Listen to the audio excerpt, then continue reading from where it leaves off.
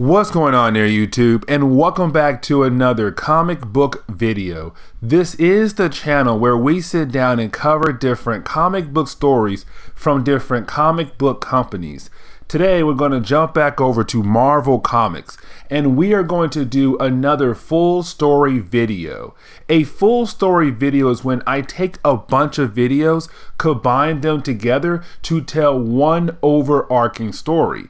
Today, we're going to do that with Ed Brubaker's run on Daredevil. This was an amazing story he did, and he picked up right after Brian Michael Bendis did his job on Daredevil, which was also an amazing storyline there as well. But getting back to Ed Brubaker, he was already setting up the idea of Matt Murdock joining the Hand, the evil ninja organization, but he used a bunch of characters like White Tiger, Black Tarantula, Dakota North, and he made sure every single character had a shining moment, and it was well done. Elektra too, actually. But this is an amazing story, and I do hope you enjoy today's comic book full story video. If you do, hit that like button down below and subscribe. But here we go.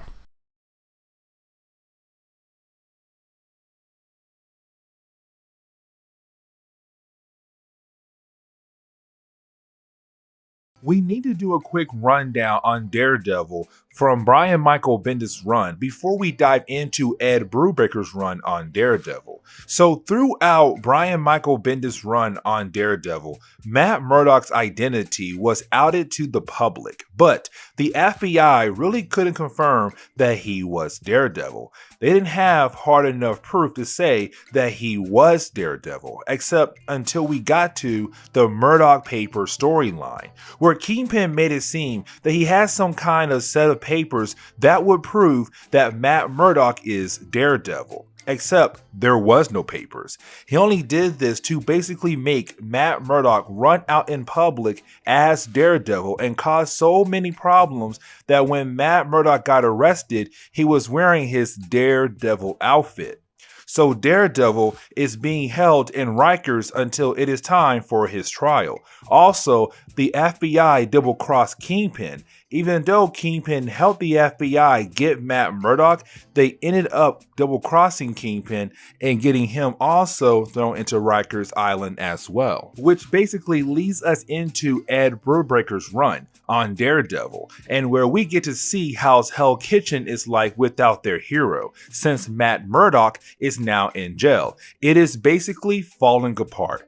Things are getting worse, which is kind of expected. I mean, it was already a part of New York that was rough, but now it is getting worse since Matt Murdock is in jail.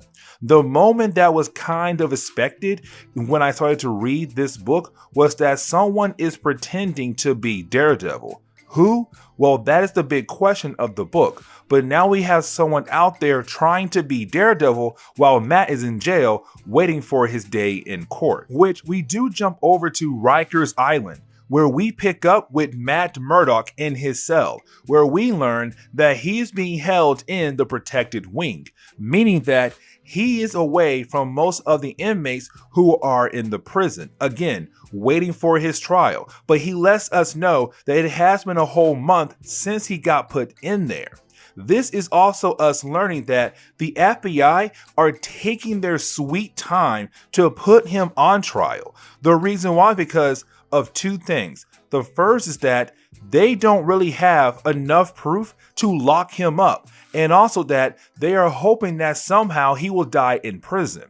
There are some other reasons why he is still locked up and not on trial, and we will see those reasons down the road in this video. Also, Matt Murdock finds out that there is another Daredevil running around Hell's Kitchen. Before we can explore that, we pick up with Foggy Nelson, of course a lawyer, but also the best friend of Matt Murdock, who is trying to get Matt out of prison.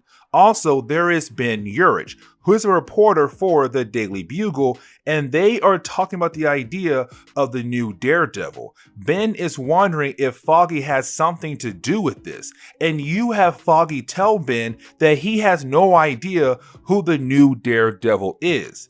This leads into an argument where it seems both sides are wondering who is actually trying to help Matt get out of prison.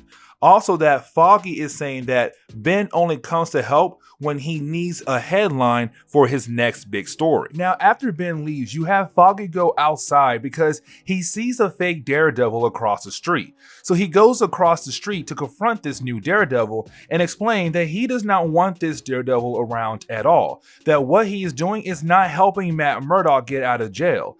Also, that this Daredevil must be close to Matt in some way, but he is trying to help Matt Murdock out. So two sides who are both trying to help Matt. This is where the story gets more interesting because you have us pick up with the FBI director who is talking to Warden Davis, who is running Rikers Island.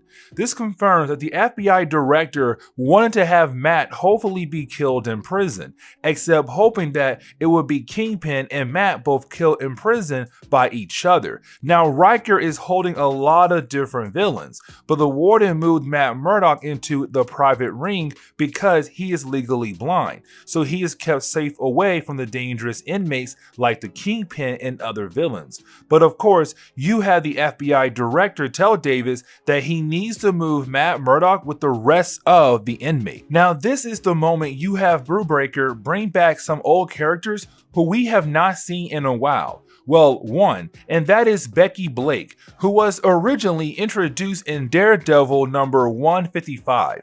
She was wheelchair bound because she was attacked by Michael Reese, a minor character. Either way though, she was an assistant to Foggy and Matt back when they first started out as lawyers, and she did have feelings for Matt, but nothing never came out of it. But she is helping out. She is now a lawyer. Another character being introduced to us, who is also an old character, is Dakota North, and she appeared in her own book, which was called Dakota North number 1 back in 1986.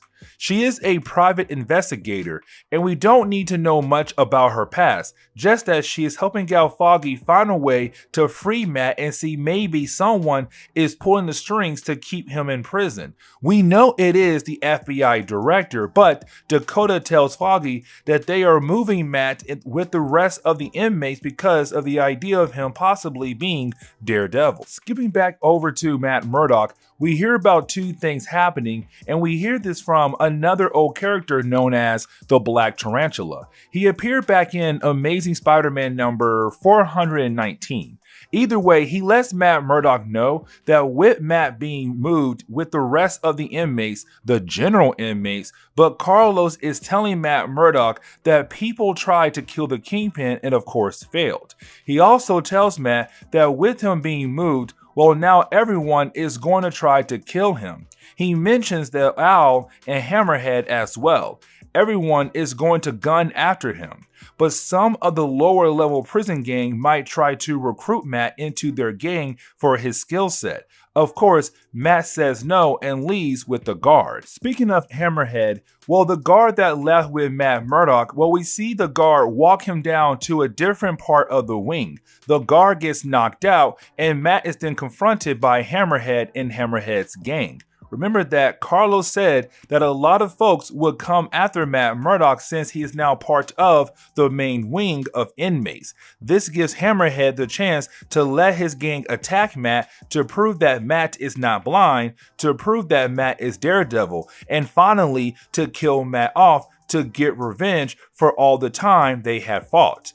Hammerhead does leave, hoping his gang will win, except of course Matt is able to take these guys down very quickly, and so when the guards arrive at the scene, well, Matt is hiding in the corner acting like he didn't do anything at all. The next part of the book is the opening of a heartbreaking moment where you have Foggy Nelson and Dakota North coming to the prison to visit Matt, where they are talking about the case and wondering how they are going to win this case. Honestly, they are trying to find different angles that will help them win, but of course, having a hard time figuring that out.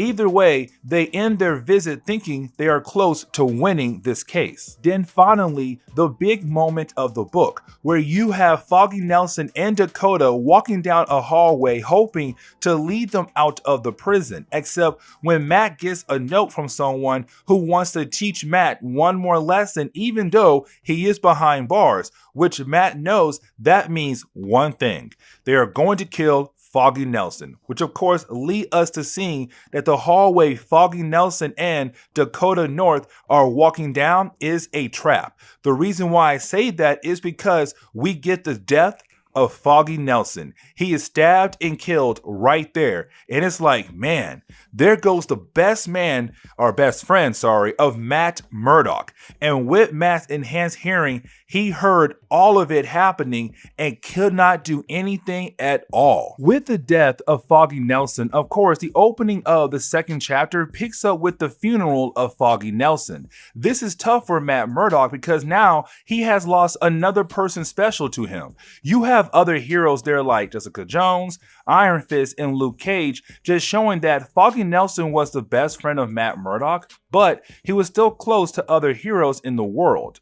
Of course, the mother of Foggy Nelson was there, and she knows that Matt Murdock is basically responsible for the death of Foggy Nelson. Either way, you have Matt Murdock being escorted back to prison by his guards. This leads us into a moment where you have Matt Murdock back in his cell, but of course, the death of Foggy Nelson is beginning to lead him down the path of getting revenge. So while he is going through the motion of dealing with the death of Foggy Nelson, his mind manifests that he is talking to his father, Jack Murdock, which we know that with his father being here in his head, it is Matt's mind reminding him that his father raised him not to be like him, a fighter. Except for Matt, he thinks that everything about his father is in him as well. After he had that moment, you have Matt Murdock get visited by Boss Morgan, and he is another old character that doesn't get much shine time in Marvel Comics. He was introduced in Captain America number 152, who was a crime boss who had to deal with Spider-Man, Falcon, and of course, Captain America. Either way, he is here to offer Matt the chance to learn which guard had a hand in the death of Foggy Nelson, but also maybe who is behind it all. Of course, since Morgan is a criminal, you have Matt Murdock tell him no, and Morgan leaves and tells Matt that he is making a big mistake. There is a page where you have Ben Urich trying to convince J. Jonah Jameson that they should not run the paper on Matt Murdock being Daredevil, since there is technically no hard proof that Matt Murdock is actually Daredevil, except of course for Jonah, he's still going to put out a paper that shows Matt Murdock being Daredevil. We then get a moment in court where we see that with Foggy Nelson now dead, this leads to Dakota North being Matt Murdock's lawyer. This moment in court is where you have the FBI trying to move Matt Murdock into the general wing of the prison. We know why they are trying to do this, but they can't come out and say, "We are trying to kill Matt Murdock in prison." They use the fact that since Matt Murdock has a record in prison with people getting hurt, that proof was just enough for the judge to agree to go ahead and move him into the general wing. This quickly leads us into seeing what would happen to Matt Murdock being in the general wing. Well, you have another Daredevil villain known as the Owl who got his powers thanks to a serum he found that gave him owl-like powers, but we see him go into the cell of Matt Murdock's thinking that he can scare Matt. Except, of course, there are no cameras in the cell, so that gives Matt the chance to beat down on the Owl, hoping to find some kind of information about who killed Foggy Nelson, where you have the Owl preach that he had no hand in the killing of Foggy Nelson. He does say that all he knows is that someone was trying to send a message to Matt Murdock with the death of Foggy Nelson. We then see Ben Urich find Dakota North to ask her for help. The reason why is because the cops found the dead body of the guard from the prison that led Foggy Nelson and Dakota North down the hallway that ended up getting Foggy Nelson killed. The body was found by a tip the police got by this fake Daredevil who is running around. Ben Urich wants Dakota North to help him find this fake Daredevil and also help get Matt Murdock out of prison. You would think that things couldn't get worse. Well, let me tell you that you are most definitely wrong. We see that for some reason there is some kind of tension going on with everyone in the prison. Well, we come to find out the reason why. And that reason why is because now Bullseye, who is one of the most top killers in Marvel Comics, is getting moved into the prison as well. So the FBI just continues to make things worse in this prison, making you wonder what else could go wrong with this scenario, putting all these people in this prison. At the same time, some time has passed by. Matt Murdock has made a name for himself. With him making a name for himself, the low-level inmates are scared of him and leaving him alone. At the same time, some of the regular level guards are scared of him too, which gives him some time to move freely and figure out who killed Foggy Nelson. Picking back up with Jonah and Ben Urich, we see that Jonah is now publishing papers stating that Matt is the main reason why Rikers has gone even crazier. Since Matt being there, well, now the prison has seen more violence in the recent days. Even though Ben Urich is trying to tell Jonah that there is no proof of that, Jonah doesn't care. Also, you have Dakota North call Ben Urich to tell him that she might have a lead on who this new Daredevil is. This leads into us seeing Daredevil beginning to do some investigating to figure out who is behind the killing of Foggy Nelson. He already has been, but with him now being inside the general wing, that gives him more chances to see who knows what. Like him going after the guard who walked him into the hammerhead ambush we saw earlier. So it is him digging deeper into everything he can do to hopefully find something to get him closer to Foggy Nelson killer. After he does that, well, he sneaks through the prison to find Hammerhead, who is in a different cell. This is Matt Murdock getting payback for what Hammerhead did earlier to him. At the same time, it is Matt Murdock beating down on Hammerhead to get any information he needs, wondering if Hammerhead was the one behind the death of Foggy Nelson. After the beatdown from Matt Murdock, he tells Matt that he wasn't the one who killed Foggy Nelson or made the call to make it happen. He said someone paid him from the outside, and he gives Matt a name. That name is Murphy. Except at the same time Matt Murdock is getting that name, well, that tip that Ben Urich and Dakota North got earlier actually leads them to the same person. His full name is Ivan Murphy, but he tells Ben Urich and Dakota North about how he got the pictures of the new Daredevil from a lawyer. Alton Lennox, of course, means that they're going to see this man, except you have Ben Urich remember that Ivan Murphy is a drunk who used to work for the Kingpin, so he thinks that they are being set up, but they're going to see this Alton Lennox anyways. You then have the Kingpin being visited by one of his guys named Turk. Turk has been a Daredevil character for a long time now, so this is him coming to the Kingpin to get his next job, which is, of course, to deliver a message to Matt Murdock. Whatever that message is could be very important. You then have the FBI director meeting up with Senator Davis Ingle, which of course this is the moment you have politics playing a role now. With the FBI going after Matt Murdock and the world thinks that he is Daredevil, polls are coming in saying that they would rather not see their hero die, which of course the FBI director hates. But also with Riker violence going up to this senator, the director needs to get everything back under control because he feels like Riker is about to pop off. To wrap up this chapter, we have the Punisher getting involved now. With him seeing that Matt Murdock is in jail and the violence going up there, you have the Punisher use the opportunity to kill a man who was attacking a woman, which of course the cops come, but instead of trying to get away, it is more of him letting the cops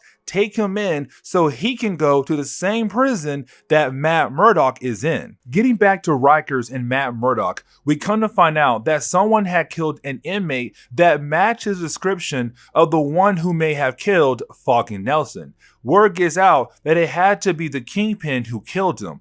The only reason why this word is getting around is because as soon as Kingpin is moved into the general wing with the rest of the inmates, that guy is killed. To Matt Murdock, it must be the Kingpin trying to cover his tracks. With the Kingpin being back in the general wing, this is of course leads into Carlos coming back to Matt Murdock one more time to offer him a weapon to use to kill the Kingpin, since a lot of people know that the Kingpin and Matt Murdock have a lot of bad blood. Also because word is getting out that maybe Kingpin was the one who killed Foggy Nelson, but you have Matt Murdock say no with getting a weapon to kill the Kingpin. At that moment, when he said no, well, that is when the Punisher arrived at Rikers as well. Let's not forget that Kingpin told Turk to deliver a message to Matt Murdock, which is that the Kingpin wants to meet with Matt Murdock. And you have Matt Murdock say yes to the meetup. Switching over to the Daily Bugle, we see Jonah and Ben both arriving at the Daily Bugle. Ben is upset that Jonah moved his Daredevil story to page 4. That story was pictures of the new Daredevil running around Hell's Kitchen. It got a bump to page 4 thanks to the fact that the Punisher was arrested and put in jail. Also, this is Jonah knowing what Ben Urich is trying to do, which is use the paper to hopefully clear the name of Matt Murdock. We finally get Matt Murdock meeting up with the Punisher, where Matt asks Frank Castle why in the world he is in prison. This is the Punisher who has been able to dodge cops for a long time. So with him being here, Matt Murdock knows that something is up. Of course, that something is the Punisher thinks that Matt has changed into being more like him, a killer. Where you have Matt Murdock tell the Punisher that there is no way he is like him. You have the Punisher give Matt Murdock a test to see if maybe Matt is lying, but of course, Matt is still not turning into a man like the Punisher. And you have Dakota North go visit Mr. Lennox only to find out that he is not there at his office. Also told his assistant not to give out his information about where he would be yet. So Dakota North has to find a different way to find him. Except when she leaves the office, two guys begin to follow behind her, trying to get rid of her because she asked way too many questions about Mr. Lennox.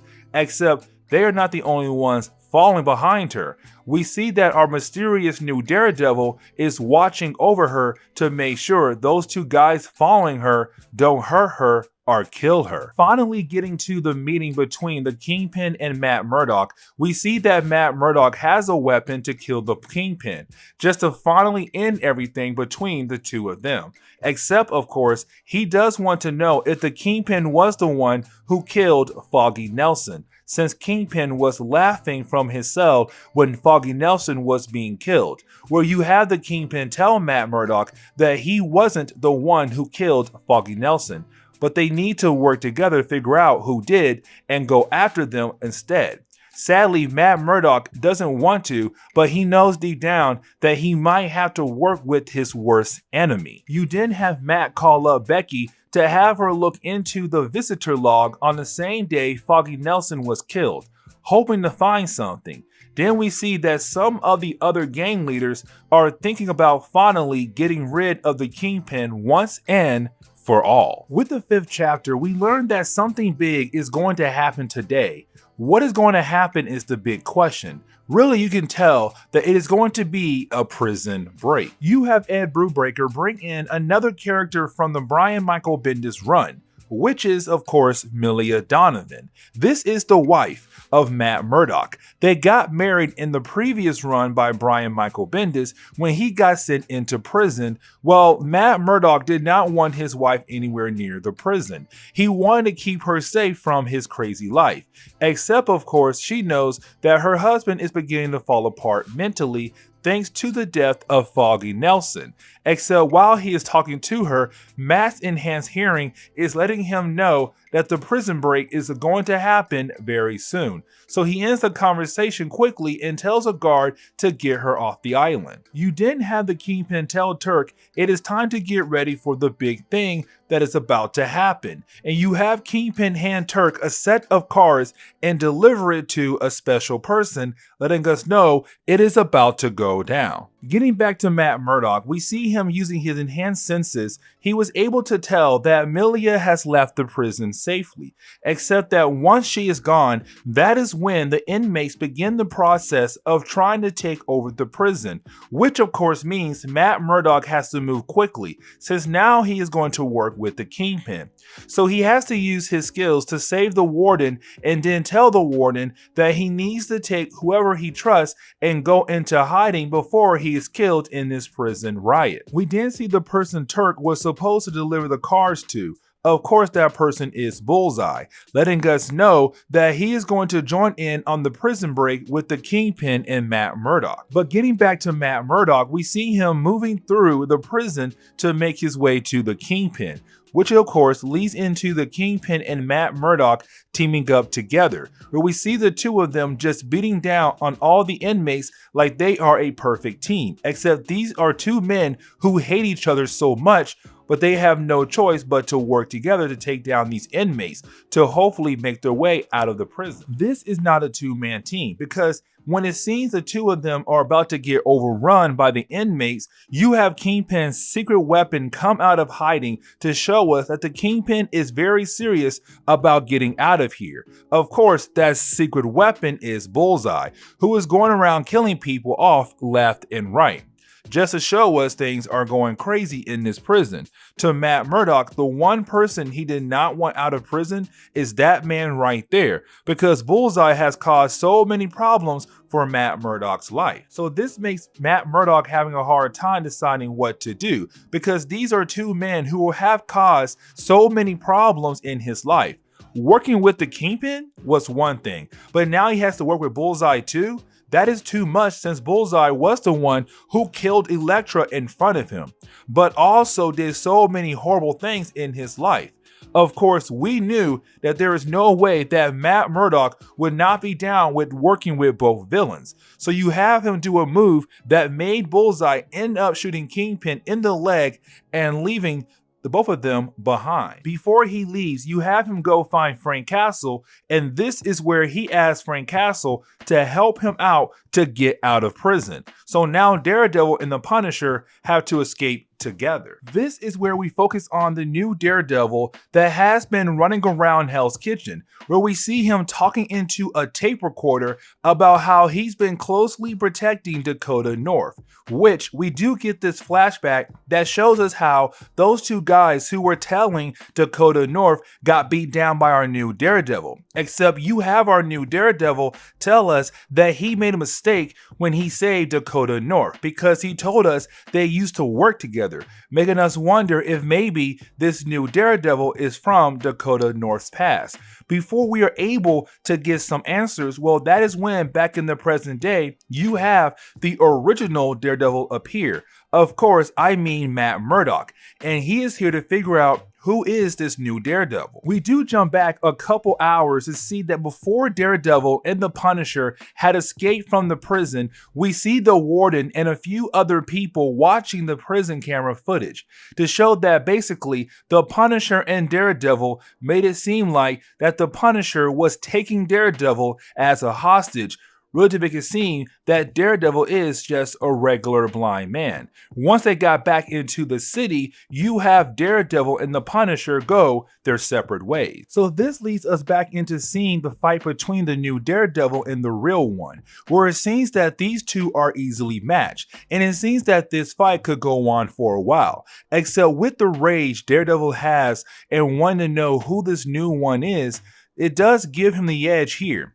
but also that this one doesn't know that this is the old school Daredevil. Either way, you had the fight stop when Matt Murdock realized that this new Daredevil is actually his old friend, the Iron Fist. Then Iron Fist realized that Matt Murdock has broken out of prison. Now remember that earlier Ben Urich, Daredevil, and Dakota North got a lead that this lawyer named Mr. Lennox was the one who hired Iron Fist when he was going around pretending to be Daredevil. Except you have Iron Fist mention that he thought he was working for Foggy Nelson this whole time, just that Foggy Nelson was using another lawyer as a front. Except of course that is not true.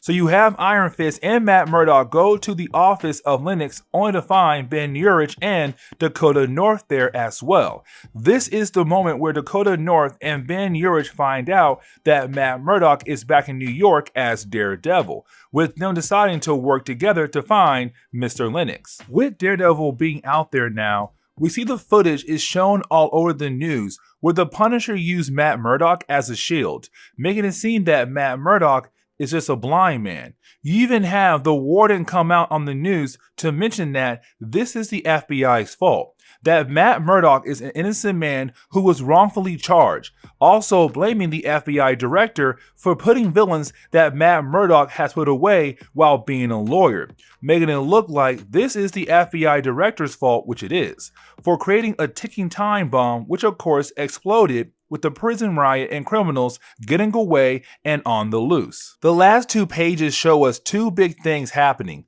one minor and the other thing being the big cliffhanger of the book. We see that Matt Murdock is using the name Michael Murdock, pretending to be the twin brother of Matt Murdock to get on the plane. If you are currently reading the current Daredevil run, Michael Murdock was a fake name Matt Murdock would use to go undercover. Now, in the current books of Daredevil, thanks to a lot of things there, is actually now Michael Murdock is the twin brother of Matt Murdock.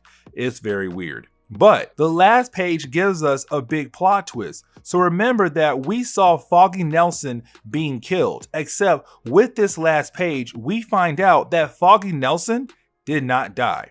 His death was faked, and now he's in the Witness Protection Service, leaving everyone to wonder what is going on with Foggy Nelson.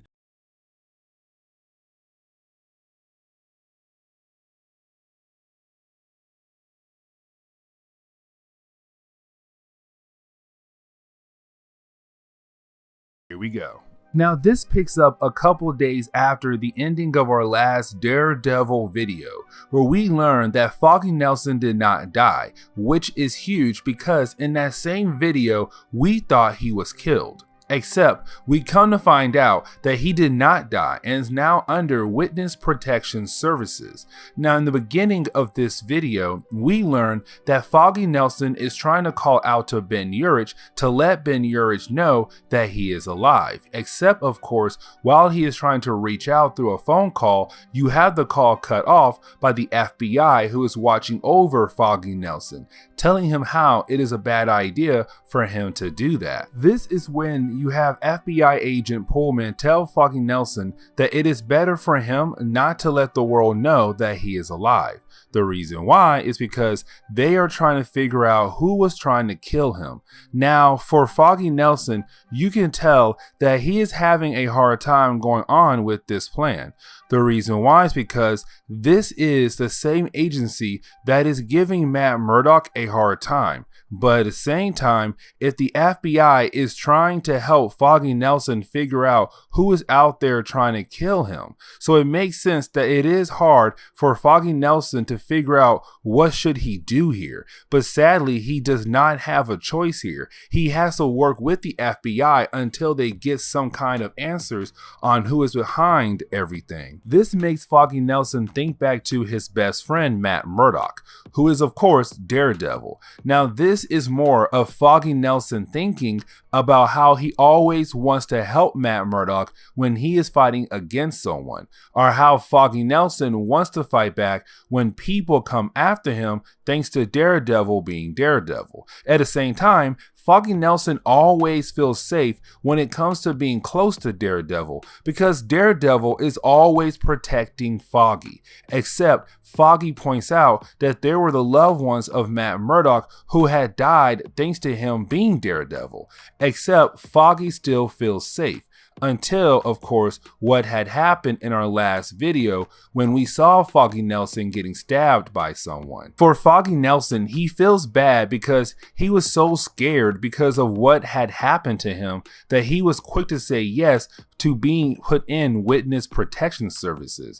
Also, he now blames himself for the fact that Matt Murdock broke out of prison, which is true, but we know that Matt Murdock is out there trying to figure out who planned all of this to come after Matt and Foggy. We also see that with Foggy Nelson being in witness protection services, well, he has a new name, which of course makes sense because he's in witness protection services, and his new name is going to be Everett Williams. So it is him going over all of the details for his new life. This leads into the moment where we learn that the people who are looking for Foggy Nelson know that he is in the witness protection service. We learn this because two guys who are sitting outside the house Foggy lives in now are waiting to get him. To make things even worse, you have Foggy Nelson think it will be a good idea for him to sneak out of the house and hopefully go back home to Matt Murdock and the rest of the gang. Which is crazy to say because this is Foggy Nelson sneaking out of the house and actually being able to sneak out without any of the agents knowing this man is leaving the place. Except Foggy Nelson sucks because when he gets out of the house, he sees a cab and tries to get in the cab, thinking that the cab is going to take him back home. Sadly, it is a trap. It is one of the guys who was outside of the house getting ready to grab Foggy Nelson. They actually do grab him too. And so we see them delivering Foggy Nelson to some junkyard, and this could be some of the thugs who are working for whoever wants to kill Foggy Nelson. Except before they are able to do anything to Foggy Nelson, that is when they are killed by the Hand. Of course, this is the same group of people who Daredevil had to fight against multiple times over the years. The same one Elektra had worked with before as well. But either way, they kill all of these men and then tell Foggy Nelson to go back to the house he was staying at, since he will be safe there. Also, we learned that Agent Pullman, who we met earlier in this video, was a traitor and was the one who told these guys where to find Foggy Nelson. The Hand had actually killed him off too. And so we see Foggy Nelson go back home to the house and continue to learn important information about his new life so that he can complete the process of being in witness protection services. And this is where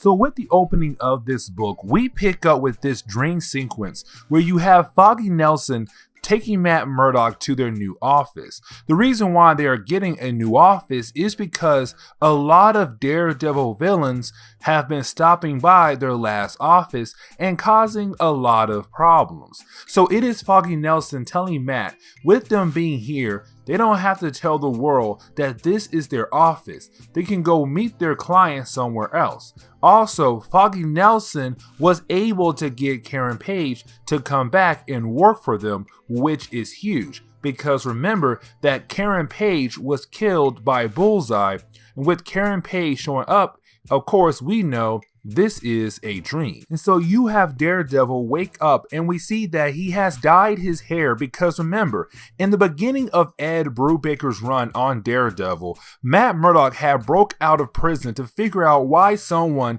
was trying to kill Foggy Nelson and try to lock up Matt Murdock so badly. The only clue he has to follow is a guy named Alton Lennox, that maybe Alton could be behind everything. So we see that Daredevil is actually in Monaco to begin his search for some answers. His new name is going to be Ray Mallory, and the reason why he is in Monaco is because Alton Lennox is a lawyer, and one of Alton Lennox's client is a guy named Thai Boy Luca. Now Thai Boy Luca is actually a mob boss, but Matt Murdock can't just walk up to people asking around for Thai Boy. That he needs to win a few games of poker, because the reason why is that Thai Boy has a party once a year, except to get to go to the party you have to be invited by Thai Boy, and he only invites the high roller people to this party. So that is why Matt Murdock is playing poker and winning. Now after he wins a few games of poker and is able to win a few millions of dollars too, well, a random lady appears and hands him an invitation to Thai Boy Luca's party that is going to happen the next day. Now, this random lady really intrigues Matt Murdock because of the way she smells. That smell is going to be important for this video, and you will see why here in a minute. So the next day you have Matt Murdock arrive at the party and still continue to pretend to be Ray Mallory, except when he gets to the party, the first person he talks to is the same lady who handed him the invitation. This is the moment we learn that her name is Lilly, and she is the daughter of the mob boss Thai Boy Luca. The way Matt Murdock finds this out is because he begins to ask about Alton Lennox, where Lilly tells Matt Murdock that he needs to be careful going around asking questions like that. The reason why is because he could get killed just asking questions like that, and also that Alton Lennox and Thai Boy Luca are about to make some deal. Also, Matt Murdock can tell that Lilly is really sad about being the daughter of Thai Boy Luca. So getting on with the party, we see that Thai Boy Luca had brought in a Matador as the main entertainment for this party. Everyone is liking the party and a good time, except telling you now that this man is going to be one of the bad guys to be used to move the plot line forward for us. The show doesn't last that long because it is only about 2 pages long. We come to find out the reason why Lilly was sad when we saw her earlier. The reason why is because her father is basically marrying her off to some guy. That is why. But before they can celebrate the new engagement, well, you have the Matador kill off Thai Boy Luca right there, which of course makes everyone freak out and makes Matt Murdock change into his Daredevil outfit to handle this problem before it can get out of hand. This of course leads into a battle between the Matador and Matt Murdock, which could lead up to people wondering why in the world is Daredevil out of America for. Either way, you have Matt Murdock tell Alton Lennox, the guy he was looking for, to take Lilly and get out of here before Matador is able to kill her too. Which of course makes Lennox freeze in his tracks, because he is now wondering why in the world does Daredevil know his name, and wondering if Daredevil is looking for him. Either way, you have Lennox take Lilly and they escape. Except for the last page of the first chapter, we see that someone is talking to a mysterious person hiding in the shadows. This person tells our mysterious character that everything is going as planned. With the second chapter, we open up to Matt Murdock on a train. But while he is on the train, he has another dream. And with this dream, it explains to us why the smell of Lilly really pulled Matt to think about her more. The reason why is because she smelled like Karen Page, of course, the woman that Matt Murdock loved but was also killed. Also in this dream, it makes Daredevil think that he may have a crush on Lilly. This gives to us seeing Matt Murdock arriving at a village called Sintra. The reason why is because Alton Lennox and Lilly are both here. He was able to find out thanks to Dakota North, who we met in our first video covering Ed Brubaker's Daredevil run. She is basically an investigator, and she was able to find out that Lennox has a castle in that village.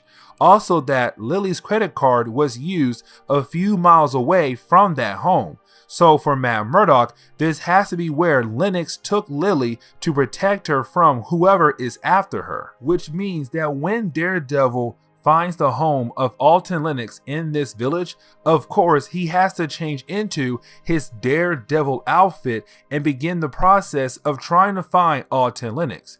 Well, he does find Alton Lennox. You have to keep remembering that Alton Lennox was the person who may have been behind the death attempt on Foggy Nelson. Except when he finds Alton Lennox, well, Alton Lennox is dead, and Lilly is still missing.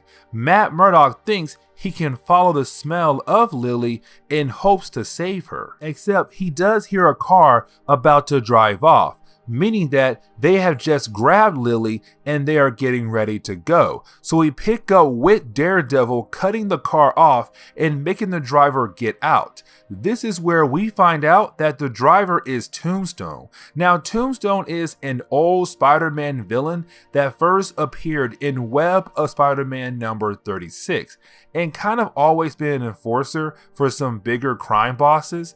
His powers are super strength and super durability, thanks to his skin condition that he got when he was younger, where you had the fight between these two characters go on for a while, except Tombstone is able to beat Daredevil and then being able to take Lilly with him as well. So after he wakes up from getting his butt kicked by Tombstone, you have Matt Murdock take a train to Paris. He found a clue that maybe they could be hiding in Paris, or someone in Paris could know where to find Tombstone. So you have Daredevil go after a few lower level thugs as a way to learn more information about where Tombstone could be at. So he works his way up until he gets to a guy who is selling guns on the black market, where he tells Daredevil that he got a call, but it wasn't from Tombstone, but from a lady that Tombstone is working for, which to Daredevil,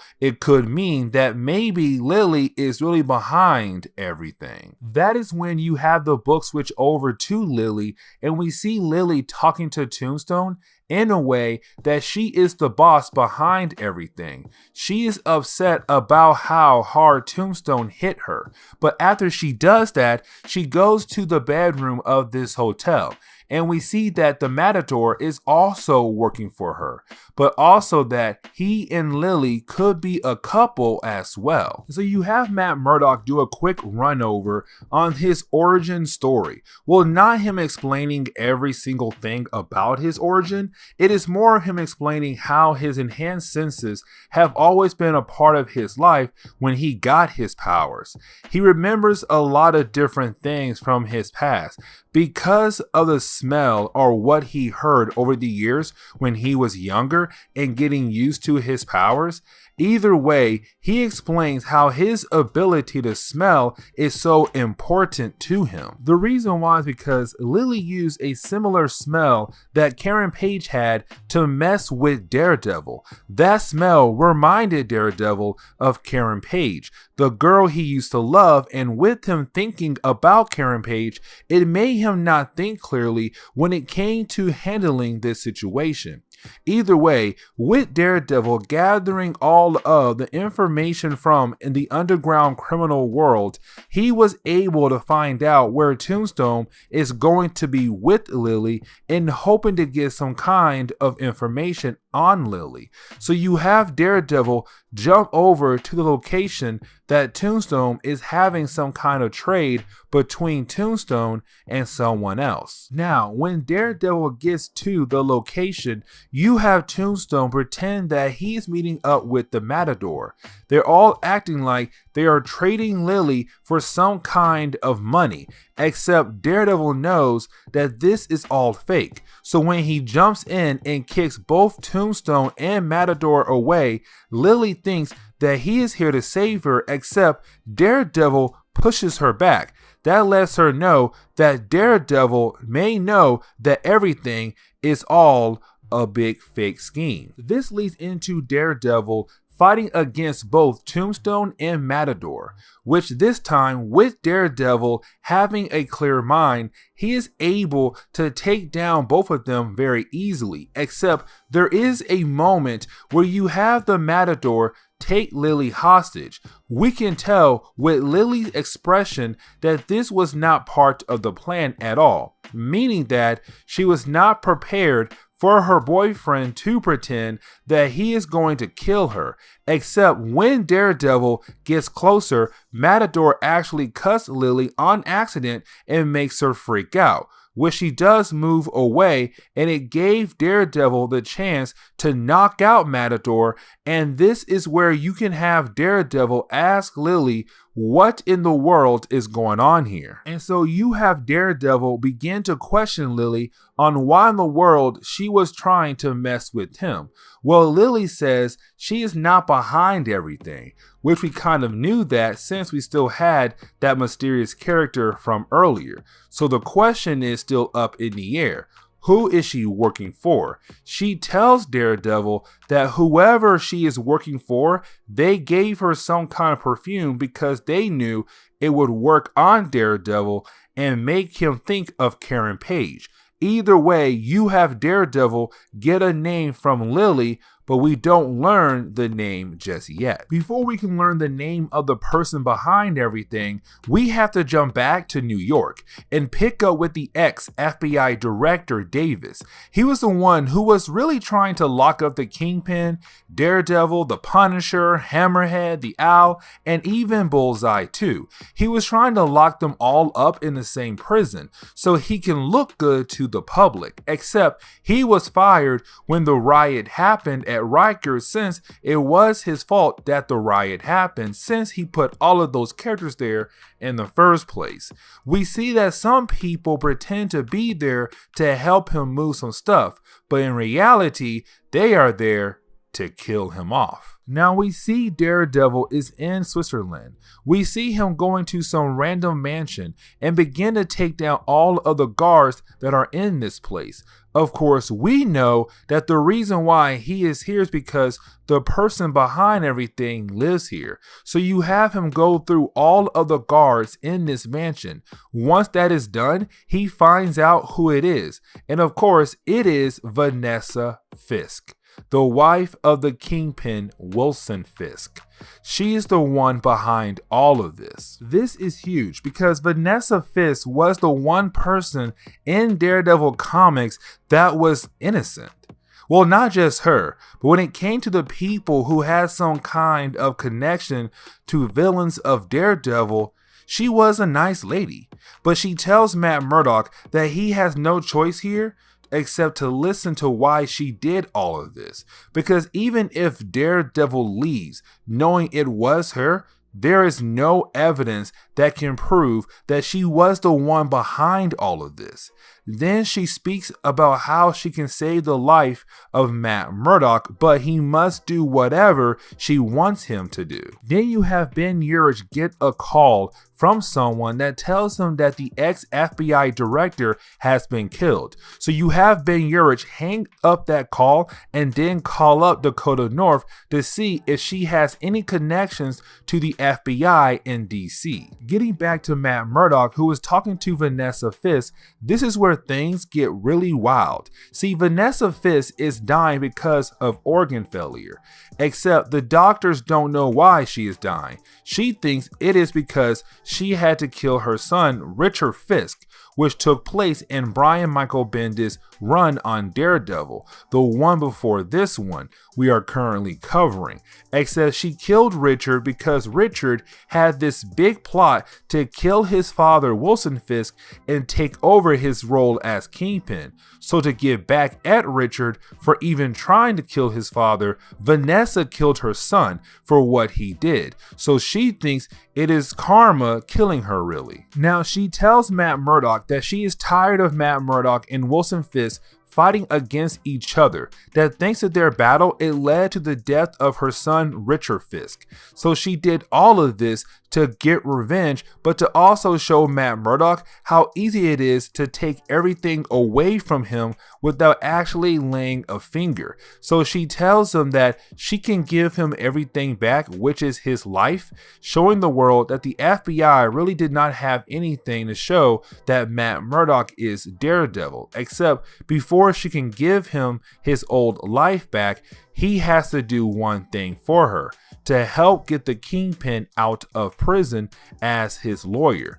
This is her just basically trying to embarrass Matt Murdock if he does this. The reason why she wants him to do this is because Matt Murdock is able to get Wilson Fisk out of prison. Every time Wilson Fisk kills someone, it will be on Matt Murdock's hand. So if Matt Murdock wants his old life back, he has to do this for Vanessa Fisk. And if he doesn't, well, he can't prove that she's behind everything that has happened in our last few videos. So he will always be on the run then. So you have Daredevil get upset and leave the mansion. Now you have Matt Murdock get back to the hotel that he is staying at and thinking back over what Vanessa did to him and what she has become. Also thinking about what she wants him to do, except that is when he gets a call from Dakota North telling him that the FBI director has been killed, meaning that it is time for him to come back home and restart his old life. So with the opening of the 5th chapter, you have Matt Murdock pretend that he is a lost person on the side of the road. Remember that he is a wanted fugitive, but when he escaped prison, he and the Punisher made it look like that the Punisher was taking him hostage. So with the FBI director dead, meaning that he can come out of hiding and pretend that the Punisher let him go. Then we switch over to Foggy Nelson, who is currently still in witness protection service. Now at this point, he only knows about the death of the FBI director and thinks that it is time for him to go home. Of course, they are saying no, but then when he walks into his office at his job, he comes to find out that Matt Murdock has returned home as well, which of course makes Foggy Nelson freak out because now he thinks it is time for him to go home for sure. Which we then switch over to Matt Murdock doing his first public speech, where he is planning to make the world believe that the Punisher took him hostage, and the reason why is because the Punisher was tired of seeing lawyers like Matt Murdock helping crooks get back on the streets. So it is Matt Murdock putting more dirt on the name of the Punisher, but he is doing this as a way to paint a picture that Matt Murdock is not Daredevil and that the Punisher just held onto him as a hostage. Then you have the next few pages to show us that Matt Murdock and Milia Donovan are back together again. She was the person Matt married in the Brian Michael Bendis run. They had a very rough relationship thanks to him being Daredevil. Either way, this is the moment you have Foggy Nelson walk into the apartment to show Matt Murdock that Foggy Nelson is not dead, which is a sweet moment because these two are like brothers to each other. So it is great for Matt to see that his best friend is still alive and back again. Then you have Matt Murdock meet up with the Kingpin in prison, because remember that Vanessa Fisk did tell Matt Murdock that he has to pay her back when she gives him his life back. He has to help the Kingpin get out of prison. And so you have Matt Murdock live up to his promise, except he waited until Vanessa Fisk had died at this point. So now Kingpin can't even get the chance to bury his wife. So Kingpin thinks that he is going to get revenge against Matt Murdock for that, except you have Matt mention that he won't do anything because him and the Kingpin are at fault for Vanessa Fisk turning from a nice lady into an evil woman and then dying from a random disease. And this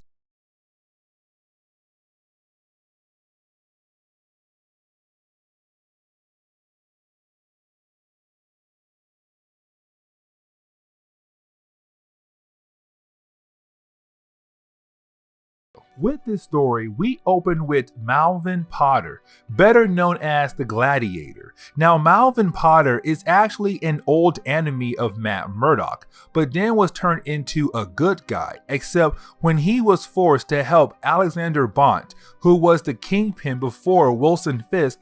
Malvin Potter was thrown into jail, except since he was being a good inmate, he was supposed to get out on good behavior. Sadly, in the opening pages, we see that apparently Malvin Potter had killed some other inmates, and to Malvin Potter, he is yelling out saying that he did not do it.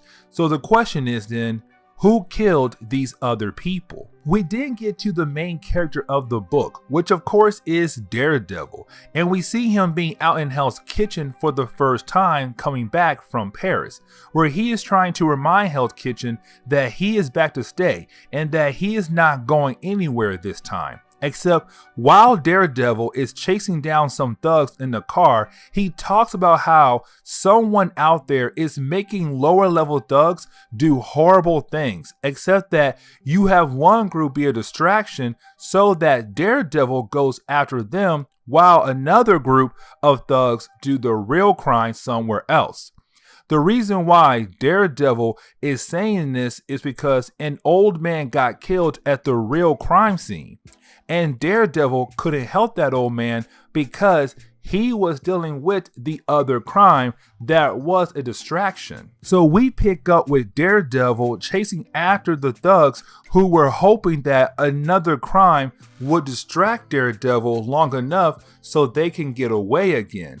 Except of course, it did not work this time, and you have Daredevil come in and begin to chase after these guys. Now of course, these guys don't stand a chance against Daredevil. He is able to take these guys down very easily, except here comes the big problem. The two guys that Daredevil was so close to capturing end up killing themselves, which to Daredevil, he is wondering why in the world would they kill themselves for?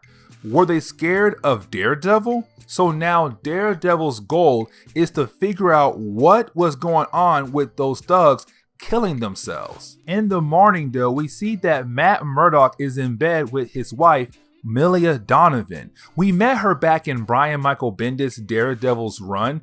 Either way, what seemed to be a normal morning, except that is when Matt Murdock gets a call that's about what Malvin Potter did in prison.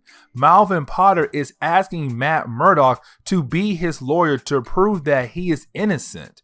Except Matt Murdock says no, and when Milia Donovan asks why won't Matt Murdock help his friend, Matt mentions that they just went through a lot because Matt is Daredevil, so he is trying to lay low, meaning that he can't help someone who has ties to Daredevil. We then pick up with a guy named Gus, who took over the Malvin Potter case by being the lawyer for that case, where he's meeting up with Becky Blake, who is a partner to Matt Murdock and Foggy Nelson. Gus is here asking for Becky help with the case since the law firm she works for, which is Matt Murdock and Foggy Nelson law firm, was the ones that helped Malvin Potter in the past. So Becky says yes, but except when she goes to talk to Matt Murdock and Foggy Nelson about this case, they both say no. At first because, again, they are trying to lay low, and they can't lay low if they take cases that have a past connection to Daredevil. Except at a certain point, you have Matt Murdock realize that Becky is right when it comes to helping friends. So you have Matt Murdock agree with Becky about helping Malvin Potter and figure out if he really did kill someone. And so you have Matt Murdock and Becky Blake go to the prison to meet with Malvin Potter because now they are going to be his lawyers. When they get there, you have them ask the usual question, like what had happened. Malvin explains that when he went back to work on his prison assignment, there were some guys picking on him. But after he got angry and wanted to yell at them, when he came back, they were dead. And he doesn't remember doing the killing. Matt Murdock believes him and thinks that maybe they can help Malvin Potter out. They are going to get him checked out by a psych doctor. Before we can explore more of Malvin Potter getting some kind of help, we see that Milia, the wife of Daredevil, is going to see a therapist. We don't know why, but we find out that someone is watching her, and the question is, who? Except we have to skip back to Malvin Potter, who is right now being escorted by a guard to his prison cell. Malvin Potter is not the only prisoner being escorted back to his cell. Except the problem is that out of nowhere, you have Malvin Potter just snap and kill both of these guys, showing that something is really wrong with Malvin Potter. And the question is now, what is wrong with him? So of course, word is getting out what Malvin Potter did to those people, but we pick up with the meeting going on with Matt Murdock and Becky Blake, meeting up with the Warren, who is saying how bad this looks. That the district attorney is looking at this as someone who truly killed someone and needs to be locked up. Except Becky Blake keeps stating that he doesn't remember snapping and killing those people. So you have Becky Blake begging the warden of the prison to consider that a shrink comes in and evaluates Malvin Potter to see that maybe he just had a mental breakdown. When Becky and Matt Murdock leave, Becky begins to wonder if maybe someone is trying to set up Malvin Potter. There are a couple pages where you have Matt Murdock swinging around Hell's Kitchen, really wondering if someone is trying to set Malvin Potter up. Also wondering if it has to do with someone trying to attack Matt Murdock's private life. So this is Daredevil getting very concerned about what is happening here. So the next day we see Malvin Potter meeting up with the shrink to see if it is true that he has some kind of mental breakdown. This scene at first seems to be that maybe she is the only hope Malvin Potter has to prove that he is technically an innocent man. But when she walks out, she states that he did not have some kind of mental breakdown, that he is lying about everything, and he knows that he did kill those men and probably did it on purpose. With her saying that, the district attorney now doesn't have anyone stopping him to give Malvin Potter 15 years in jail. You have Matt Murdock asked to give them until tomorrow so they can talk to their client about this deal. You have Gus, who was the original lawyer, wondering if it was a bad idea to come and ask Matt Murdock and Becky Blake for help. There is another set of pages that continues the idea of Milia Donovan, the wife of Matt Murdock, seeing a therapist. We don't know why just yet, but we see while she is in the waiting room, someone confronts her about it and asks a couple questions about her seeing the therapist, but not revealing why she is there for. The next page, we see her going home and hoping that Matt Murdock will be there so they can talk about her seeing a therapist. Except when she gets home, of course, he is not there. Later that night, we pick up with Matt Murdock out in the city being Daredevil, and the reason why is because Malvin Potter is being transported to a different prison. So with that happening, Daredevil thinks if someone is trying to set up Malvin Potter, then that person could come out of nowhere and try to free Malvin Potter, which of course that does happen, because when Daredevil gets there to the scene of the transport, well, of course the door is blast open and Malvin Potter is free, except when he comes out, he's acting like the killer version of himself we have been seeing glimpses of here and there in this video. Now, with the explosion happening so close to Daredevil that it throws off his hearing, because remember, Daredevil has enhanced hearing, but it gives Malvin Potter the chance to break free and actually knock out Daredevil so that he is able to escape. Now, to make things worse, in the morning, when Daredevil arrives at his law firm office, well, you have Foggy Nelson there and wondering what is going on with Malvin Potter. Except before he is able to explain to Foggy Nelson, you have Lilly Luca appear. And we met her in our last video. She was a lady that Vanessa Fisk used in her master scheme to mess with Matt Murdock by having Lilly smell like Karen Page, which made Matt Murdock go blind when it comes to him making certain decisions on certain things. Except she is here to tell Matt Murdock that she needs his help with something. Then the last page of chapter 2 shows us that Malvin Potter has found one of his secret bases, or maybe his old home. Either way, when he enters the room, he finds his old Gladiator outfit and puts it on so that he can begin killing again. So with the third chapter, we learn why Lilly needs the help of Matt Murdock, because we jump back 4 days ago where we see her at a bar, and for some reason these two guys are crazy about her.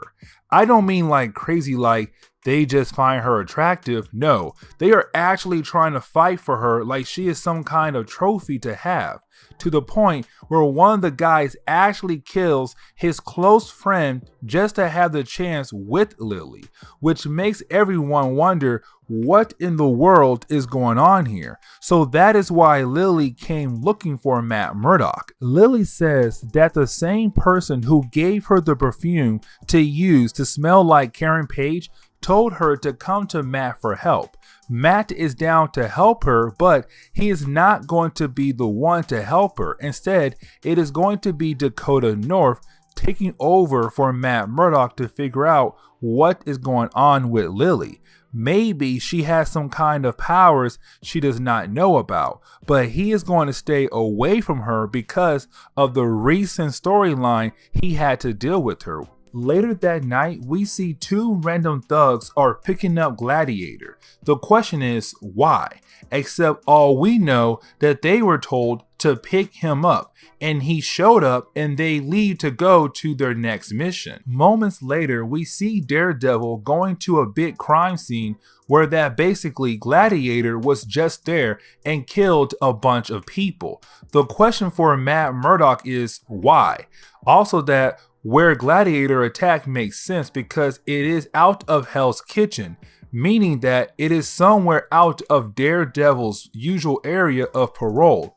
So to Daredevil, it means that this is Gladiator calling out to Daredevil to make a move, which of course means that Daredevil needs to hurry and find him before this gets out of hand quickly. So for Matt Murdock, he begins to think that maybe someone close to Malvin Potter could be behind this. Someone who has been keeping in contact recently with Malvin could have a hand in this mess. So that is when you have Daredevil go check up on Gus, who was the original lawyer for Malvin Potter, to see if maybe Gus had a hand on this. Except when Daredevil gets there, well, that is when Daredevil finds out that Gus has been killed. Has been dead for over an hour. So now the question is to find out who killed Gus. Except we see that Daredevil forgot he had dinner plans with his wife. So we see them having dinner. This moment is actually a tad bit important. The reason why is because Milia finds out that Lilly is in town, which is something she is not happy to hear about, of course. Wants Matt Murdock to send her away. She doesn't even care if Matt Murdock is not the one working on the case. Remember that he had passed it on to Dakota North to care for it.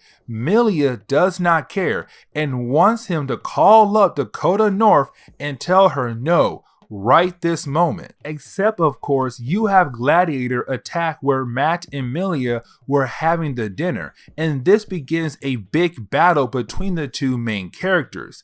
Now remember that Malvin Potter knows that Matt Murdock is Daredevil, so it makes sense that Gladiator knows where to find Matt. Now, for the character of Malvin Potter, he's showing that he is a great fighter, a strong fighter, and something something that Matt Murdock will have a hard time with. So while this fight does go on for a few pages, and they do go back and forth, except after a while you have Gladiator getting the upper hand and actually knocking out Matt Murdock. Now, when Daredevil wakes up, well, he's in the back of a police car, except that is the moment you have someone begin to talk to Daredevil, where it seems that it is coming in through a speaker, or maybe someone talking through a psychic connection maybe.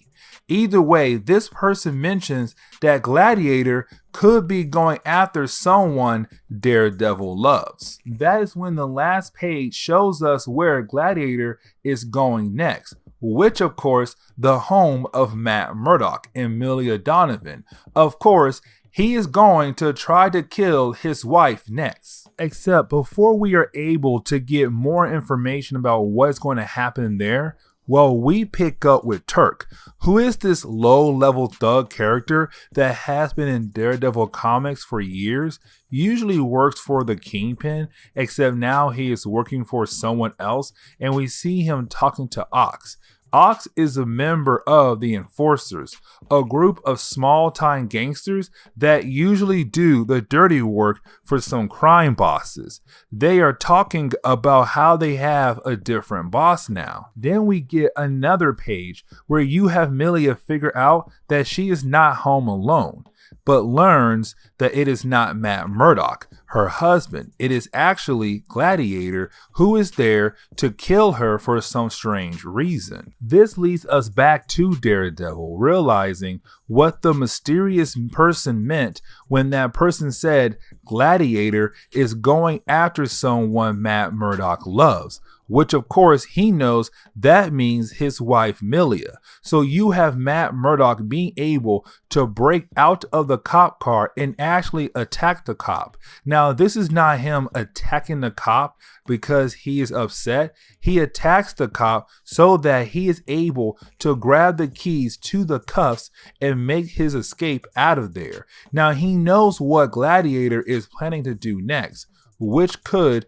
break Matt Murdock. Except when Daredevil gets to his house, of course, he is too late. Now, not like Milia is dead, but more of Malvin Potter has taken Milia hostage and gone somewhere else. So now you have him go to the rooftop hoping that he can hear Milia calling out his name with his enhanced hearing. That will be the only way he will be able to find out where Gladiator has taken Milia to. Now, the next set of pages, which is a lot of pages, is basically Daredevil being able to find Milia, except he finds her being hung off the edge of the building by Gladiator, and then he jumps in to save her, which then, once he is able to get her a safe distance away from the fight, you have the fight continue on. But while the fight is going on, you can see that Gladiator is fighting some kind of mind control, because he does occasionally stop fighting or tries to hold back his punches because he doesn't want to hurt Daredevil. Except after a while, you have Matt Murdock being able to knock out Gladiator, which of course is going to make his way back to prison. The last page shows us a random shop owner being excited that Malvin Potter is going to jail, except while he was trying to talk up some of his customers, those same customers actually ends up shooting the shop owner. So later on that night, we see that Malvin Potter is now being held as a prisoner who is on suicide watch. So this is them thinking that he could be a threat to his own life. Except while Matt Murdock, Foggy Nelson, and Becky Blake all leave, you have some cops upset that Daredevil was out being Daredevil. This is showing us that there are some people who still believe that Matt Murdock is Daredevil. No matter what he does to make the world believe otherwise, either way, the cops are upset because while Matt Murdock was out trying to get himself an alibi for his whereabouts and not being Daredevil, Well, there was 5 murders that Daredevil could have stopped actually. So when Foggy Nelson and Matt Murdock get back to their office, you have Matt Murdock changing into his Daredevil outfit because he feels bad about the 5 murders that happened last night. So he is going out there to do his job as a hero. While he does that, we see in the other room, Dakota North is still trying to help out Lilly with what could be her new powers. Either way, you have Lilly's new powers kind of working on Foggy Nelson as well. While they are getting coffee, but then we see that someone is not happy about Lilly being in the office of Matt Murdock and Foggy Nelson. That person being Milia Donovan, the wife of Matt Murdock. Remember, she did not want Matt to help Lilly any way possible. She told Matt to make sure that all kind of help coming from his office doesn't happen. So she screams and yells at the idea of Lilly being in the office. And you have Foggy Nelson try to calm her down, but at the same time, she wants to know where her husband is at, which of course, he just left out the window. Speaking of Daredevil, we see him going around beating up some low-level thugs to find out some clues that fall around Malvin Potter. With him doing that, he was able to find out the 2 thugs who were the ones that drove Gladiator to that area that was outside of Hell's Kitchen, the place where Gladiator went on a killing spree. But either way, Daredevil is able to find them and demand them to give some information before he has to beat it out of them. Getting back to Foggy Nelson, Dakota North, Lilly, and also Milia Donovan, we see that Milia is still upset about 2 things. Matt Murdock not being there, and also Lilly still getting help from Matt Murdock's people. So you have Foggy Nelson saying that he is going to help get Milia home. But then you have Lilly, for some reason, offering to go with them as well, which to me doesn't make sense. If someone just yelled at me and shows that they don't want me around, why in the world would I offer to help that person get home? Getting back to Daredevil, he does find an address that leads him to a random building. Once he's inside the building, of course, the place is empty. But then we see a group of guys pop up behind him, letting us know that this is a trap to set up to capture Daredevil. This is where the story begins to switch back and forth between 2 settings.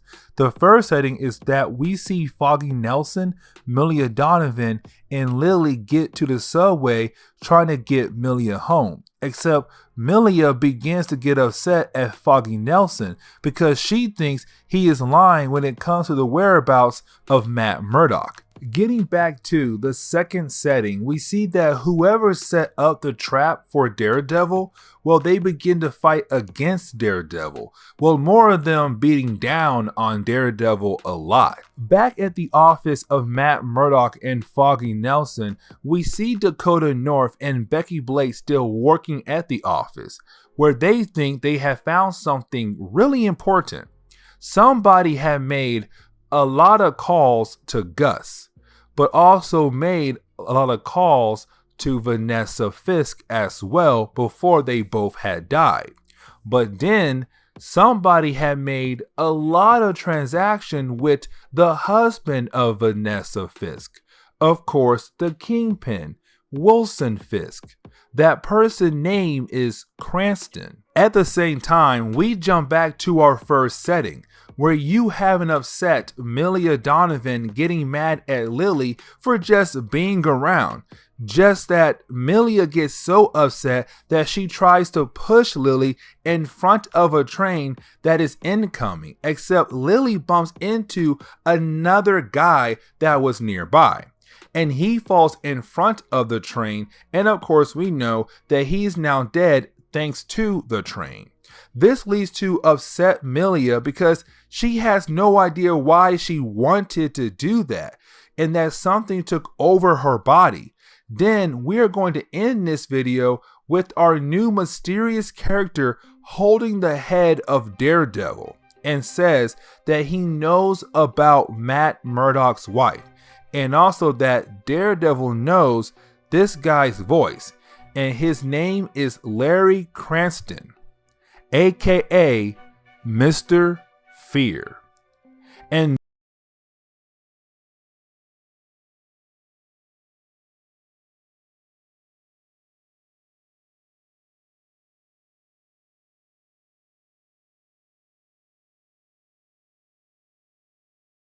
so we pick up where we left off, which is that Milia Donovan, the wife of Matt Murdock, tried to kill Lilly Luca. Lilly Luca being this other girl in Matt's life currently that has the power to make men go crazy because of how she smells. Except when Milia tried to kill Lilly, well, Lilly bumped into some innocent man and he fell in front of a train that was coming in the subway and died. So now she's getting arrested by the police because she is being blamed for the murder of the innocent guy.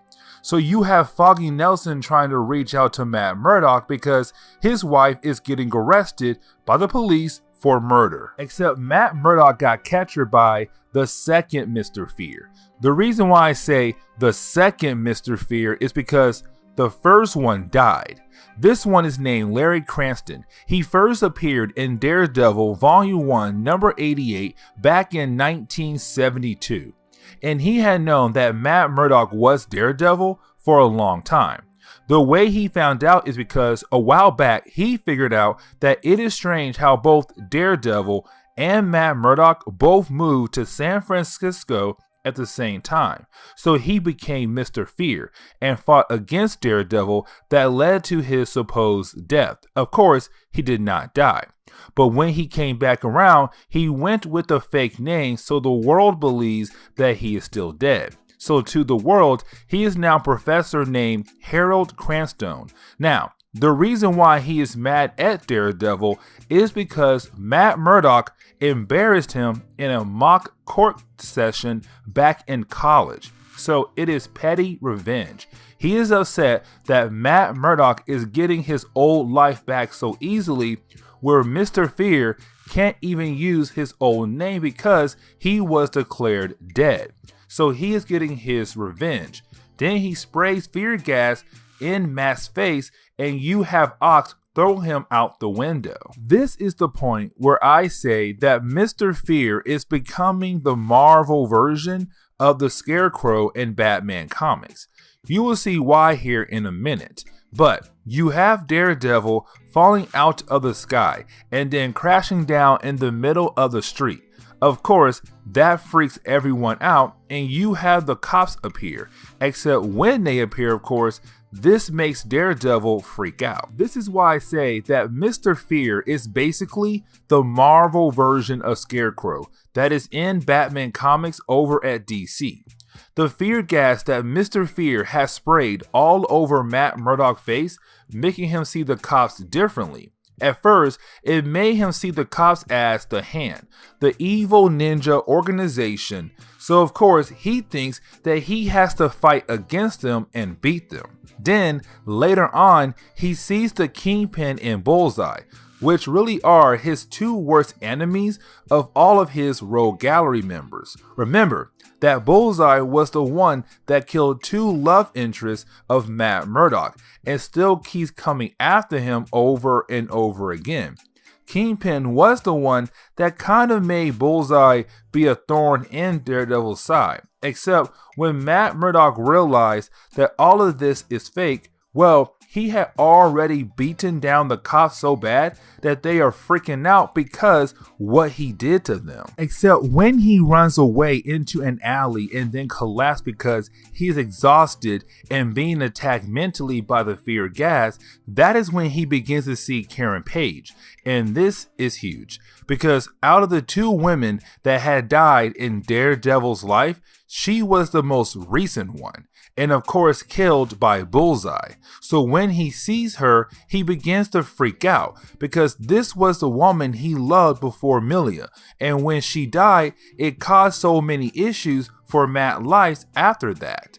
Except he comes to find out that it was just some old lady, and he has to leave before some random people beat him up because he beat up some cops earlier. Now, while he is swinging around town, he then begins to see two other love interests in his life.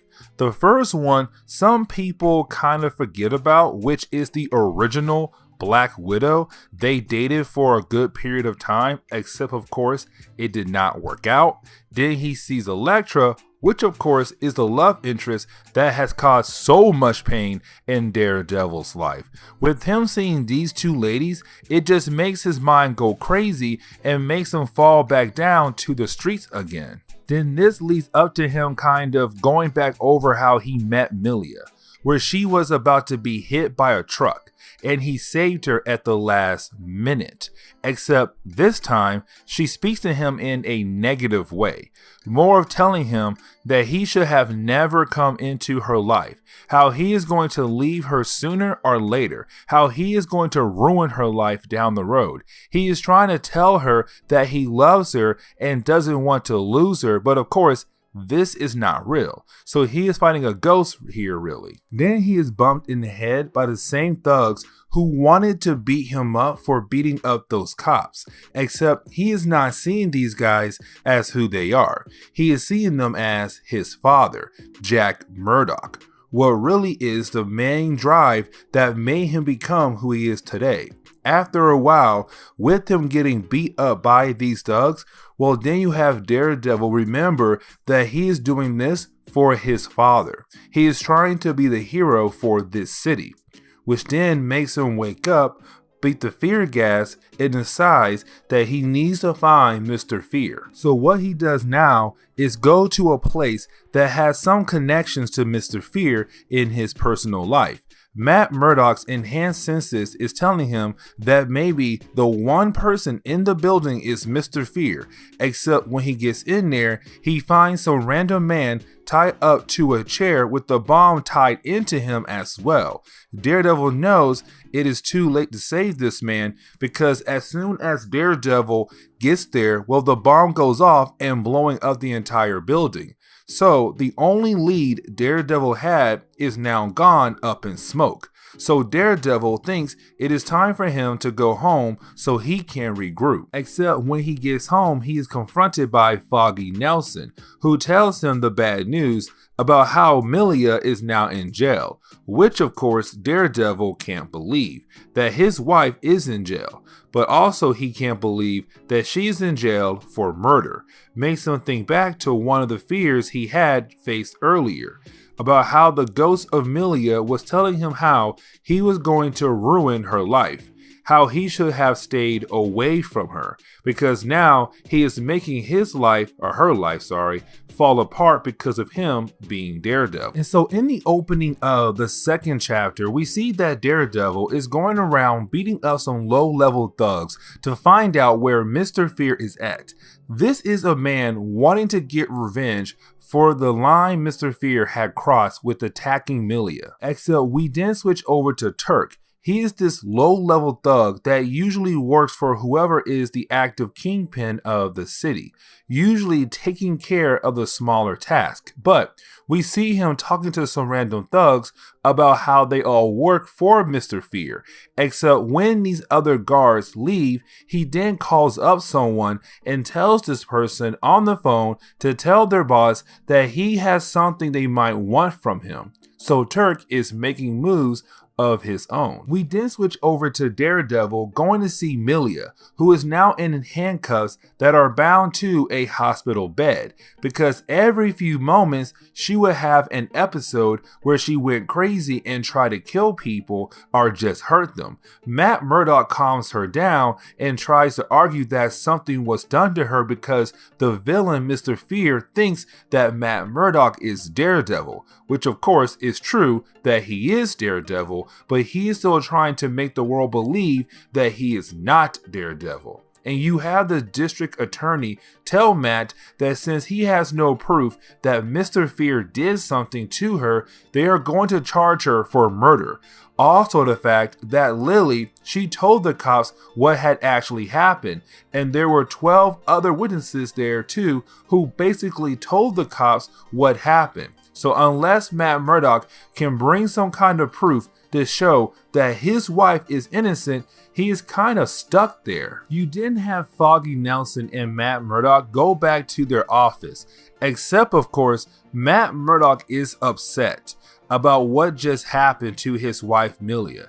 You have Dakota North tell Matt Murdock that he should consider going to see Milia in the hospital to help her through this tough process in her life. So you have Matt Murdock agree to go see his wife. Except when he goes to see his wife, he goes in as Daredevil so that he can sneak around the place and sneak into her room, which of course is great because he's just not there to hold her hand or just cuddle with her. He actually tries to have her meditate to find her center or find a safe spot in her mind. He tells us that he is trying to build this safe spot in her mind and has a way to beat Mr. Fear toxin that is in her. Well, really, hold it back until he is able to find a cure for it, which means that he needs to find Mr. Fear if he wants to find a cure for this toxin. Then you have Matt Murdock leave Milia Donovan and goes to meet up with a police officer who is a friend of Dakota North. His name is Detective Cruz. I hope I said that correctly. And he is at the crime scene where that bomb had blown up at, where we find out the guy who was blown up is named Dante V. Govich. Apparently, he was a professor at Empire State University. Also that he was someone who worked with Mr. Fear, because remember that Mr. Fear's second identity that he had to use is that he is a college professor. So for Matt Murdock means that Mr. Fear used Dante V. Govich to help him create a better version of the Fear toxin. After that, we see the process of the police and the DA trying to figure out what they should do with Milia Donovan. First, they bring in a shrink like they did with Gladiator in our last video to see if she actually had a mental breakdown. You have Milia Donovan almost attack the shrink as well. Then, when it comes to court, even though there hasn't been an actual trial, the judge still thinks it is best to keep Milia held in a prison cell or somewhere to deal with her because of her mental state. And so then you have Daredevil continue to go after low-level thugs, hoping that he can learn something about Mr. Fear, mainly hoping to find the location of where Mr. Fear is at.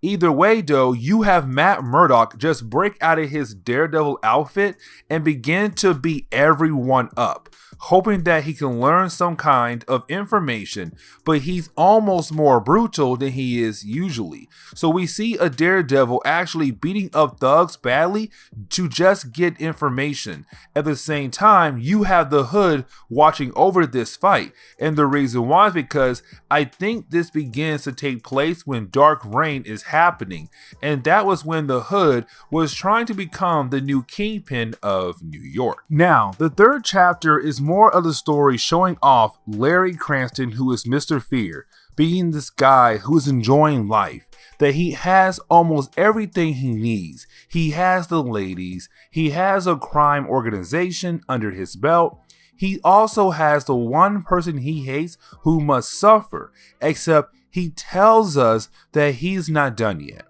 that he still has more things planned to make sure that once everything is done, there is no way Matt Murdock is going to be able to just bounce back from it like it's not a big deal. He even talks about how he used Dante, the other scientist from the college, as someone to make the Fear toxin perfect. He then mentions how he is being trained by the best fighters from each country, except he knows that these guys are no match for Daredevil. So he knows that he is still no match for Daredevil, except he's doing this to just make Matt Murdock suffer. Except you have Ox from the Enforcers come in and tell Mr. Fear that they have a new problem, which then the story jumps back to an earlier part in the day, where we see that while Ox was going around being an enforcer, well, he was confronted by some members of the Wrecking Crew. The reason why they are here is because this is the Hood making his move as being the new Kingpin and trying to take over Hell's Kitchen. So basically, this is the beginning of a gang war between Mr. Fear and the Hood for the rights to take over Hell's Kitchen. You did have Dakota North get a call from her detective friend so that she can tell Matt Murdock about the fight that is happening in the middle of Hell's Kitchen. This is the break that Matt was looking for because he knows that Ox works for Mr. Fear. So that means it could lead to him finding out where Mr. Fear is at and hoping to find a cure to whatever is happening to Milia at the moment. Except when he gets there, instead of just watching the two sides fight against each other and hoping that it will make Ox walk back to Mr. Fear, instead we see that Daredevil jumps in hoping to take both sides out, and then hopefully he can take Ox somewhere else so that he can ask Ox about where Mr. Fear is hiding at. Except the problem is that there are too many villains here at the moment and making it hard for Matt Murdock to focus on taking all of these guys down, to the point where you have the Wrecking Crew being able to make a part of a building fall on top of Daredevil, which stops him just long enough for both sides of the gang war to leave and go their separate ways. And you have Ox go back and tell Mr. Fear about what had happened. So now we are back in the present day, which you have Mr. Fear tell Ox that everything is okay and that he is going to continue to focus on making Matt Murdock's life hard. And this gang war is not even important to him. Now, when Daredevil gets home after dealing with those villains, you have Daredevil realize that there are some people in his house, which is confusing. But when he walks in, well, he finds out that the police and the DA is letting Milia go home only because Lilly, the person that Milia tried to kill. Well, Lily's story is beginning to change. Like she forgot what had happened. So the court is letting Milia go since their main witness is confused now, but also that Milia still has some episodes. Well, they gave her a nurse to watch over her and make sure she takes her meds until it is time for her trial. With the opening of the 4th chapter, we see Daredevil watching the Wrecking Crew attacking a certain part of Hell's Kitchen. Now, the reason why he is not stopping them is because one, there are no innocent people out there getting hurt. Except also that he was hoping that Ox would show up so that he can stop Ox and figure out where Mr. Fear is hiding at. So all he can do is just watch part of his city get ripped up by the Wrecking Crew. Now remember that Lilly was having a hard time remembering if it was Milia that pushed her and made her push that innocent man in front of the train. The DA thinks that maybe Foggy Nelson and Matt Murdock is making Lilly change her mind because she has some kind of crush on Matt Murdock, which we come to find out later on is that is the main reason. Except she states that she remembers and says that Milia pushed her by accident. Then with her new powers, which are making men go crazy when they smell her, the DA is having a hard time focusing and makes it easier for Milia. Also, there's a point that you have Lilia asking Foggy if she should go see Matt and Milia, and you have Foggy tell her that is a bad idea completely. Speaking of Milia and Matt, we see them trying to have a normal morning, which is Milia being able to make breakfast for her and her man. Except she grabs a knife. It makes Matt slightly freak out, which then makes her have another one of her episodes where she begins shouting and yelling at Matt, also kind of becoming a tad bit physical with him as well. Sadly, that makes the nurse come down and thinks that it's time for Milia to take some more of her meds.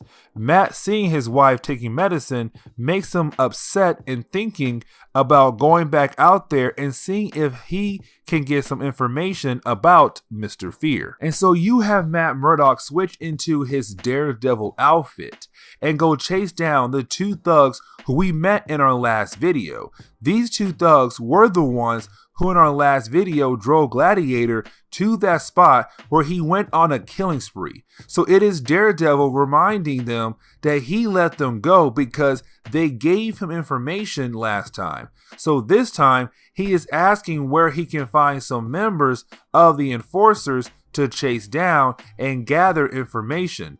That is the group Ox belongs to, but he doesn't go after Ox this time. He actually chased down another member of the enforcers, and this time he chased down Fancy Dan.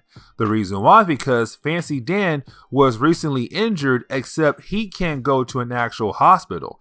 So he goes to one of the doctors in the Marvel Universe that take care of injuries on the low and some random buildings, as a way to get medical help without going to an actual hospital.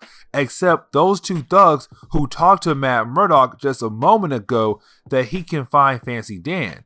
Once he's able to grab Fancy Dan, he makes Fancy Dan tell him where he can find Ox at. Then we see Ox is out in some warehouse doing some kind of deal with some low-level thugs, except that is when the cops do appear. But while this whole thing was going down, you have Daredevil just watching the cops handle the situation because his main goal was to just go after Ox. He knew that Ox would run away as soon as trouble picked up. So you had Ox run away, and then you have Daredevil basically wait until he was outside to hit Ox with the taxi, which of course knocks out Ox. But it is Daredevil taking Ox in so he can question him on where he can find Mr. Fear. We did get one page where we see Lilly going to the home of Matt and Milia, even though Foggy Nelson told her earlier, do not go there. Remember that Milia hates Lilly because she thinks Lilly wants Matt, which is true. So we see the nurse letting her inside the home. But this chapter closes on Ox waking up and being hung up in some chains because Matt Murdock is going to torture this man to gather all of the information he needs to learn about where Mr. Fear is hiding at. So at the opening of the 5th chapter, we pick up with Lilly running out of the house of Matt and Milia. Remember that she went there to visit them, but Foggy Nelson told her not to go there because she is the one reason why Milia had gone crazy in the first place. This is when we jump back 5 days ago, and we pick up with Mr. Fear meeting with Lilly out of nowhere, where you have Mr. Fear tell us that he was the one who gave Vanessa Fist the perfume that Lilly had used to make Matt Murdock think about Karen Page. For some reason, the perfume is still in effect and makes every man around Lilly go crazy. Then we see some kind of gas that Mr. Fear is using. This gas is making Lilly kind of fall in love with him or making her follow all of his instructions. Either way, he tells that if she does everything he wants her to do, he will cure her and also give her the one thing she wants, which of course is Matt Murdock. Then we finally jump back to Daredevil in the present day, as he is torturing Ox for information about where Mr. Fear is hiding at.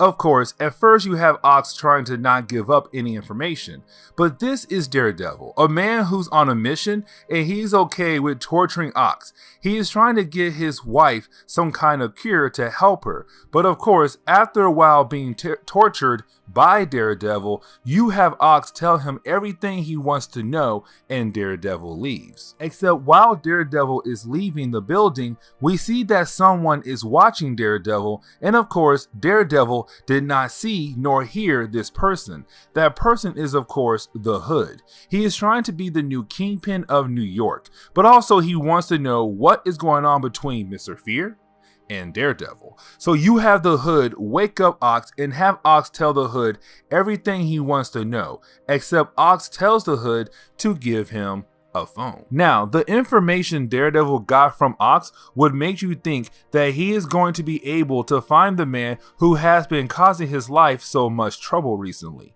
Except when Daredevil gets into the house, beats up some of the guards, and finally enters the bedroom, he only finds a lady. She tells Daredevil that Mr. Fear knew he was coming and told her to give him a letter. The letter, of course, tells him that he is too late and warns Daredevil about Milia once again, wondering what that could mean. Then you have Daredevil go back home as Matt Murdock to only find the nurse who was staying with them on the ground and bleeding out. The reason why she is bleeding out is because Milia had attacked her to the point she nearly killed the nurse. So of course Matt had to call the cops, which then brings in the ambulance, but also that the cops had to take away Milia because she just assaulted someone else once again. Except once they take her away, you have Matt Murdock realize who was in his apartment, and that person was Lilly. So he tells Foggy Nelson that he needs to have a conversation with Lilly. And so you have Daredevil go to see Lilly, and of course he goes crazy because he almost kills her. He runs in there and starts to choke her out, but knows that he is not a killer. So he then gives her the chance to explain herself and why in the world why she was in his house.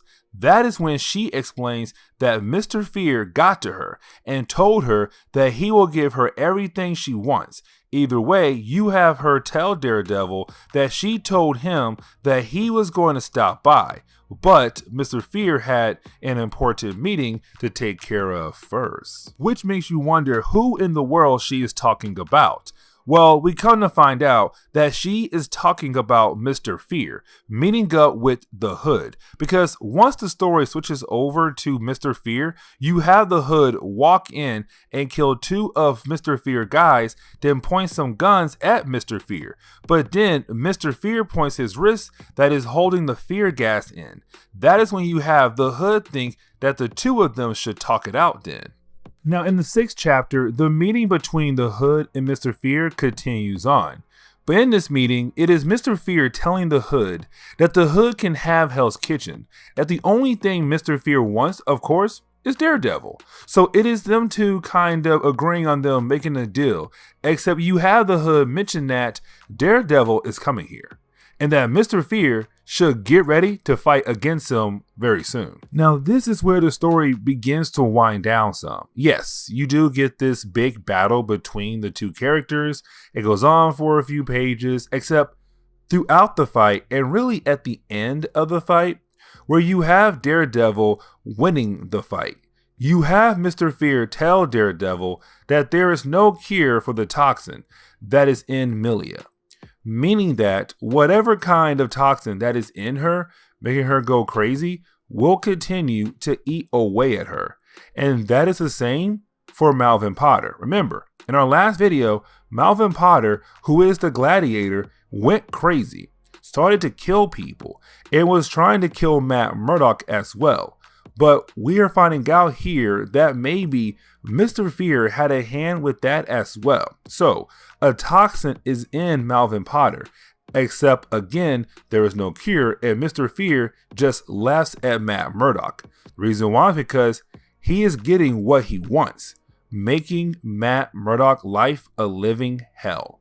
That he hated that he heard that Matt Murdock was so close to getting his old life back after everything. So he thought Matt Murdock deserves to suffer, but kept suffering even after his plans were all done. So after that, we see Matt Murdock checking in Milia Donovan into a mental institution, hoping they can find a way to help her, except it is Matt kind of leaving her behind, and this hurts Matt so much because he keeps thinking back to what the fear gas has shown him in the beginning of our video, which was that he should have stayed away from Milia because he ruined her life. Before this, she had a peaceful life, but she then met Matt Murdock. And of course, now she has basically been checked into a mental institution. So it is Matt realizing how much he has messed up with her. Mr. Fear is in prison, and we see him literally celebrating the fact that he was able to win against Daredevil. Yes, he is being thrown into prison, but he got everything he wanted, which was to make Daredevil's life a living hell and make sure that Daredevil will suffer for a very long time. Honestly, I like the idea of someone besides the Kingpin or Bullseye being the one to take a loved one away from Daredevil in the more recent day of comics. Even though this is over 10 years old, it is still a great story. It has done so much for comics. But either way, this is the end for today.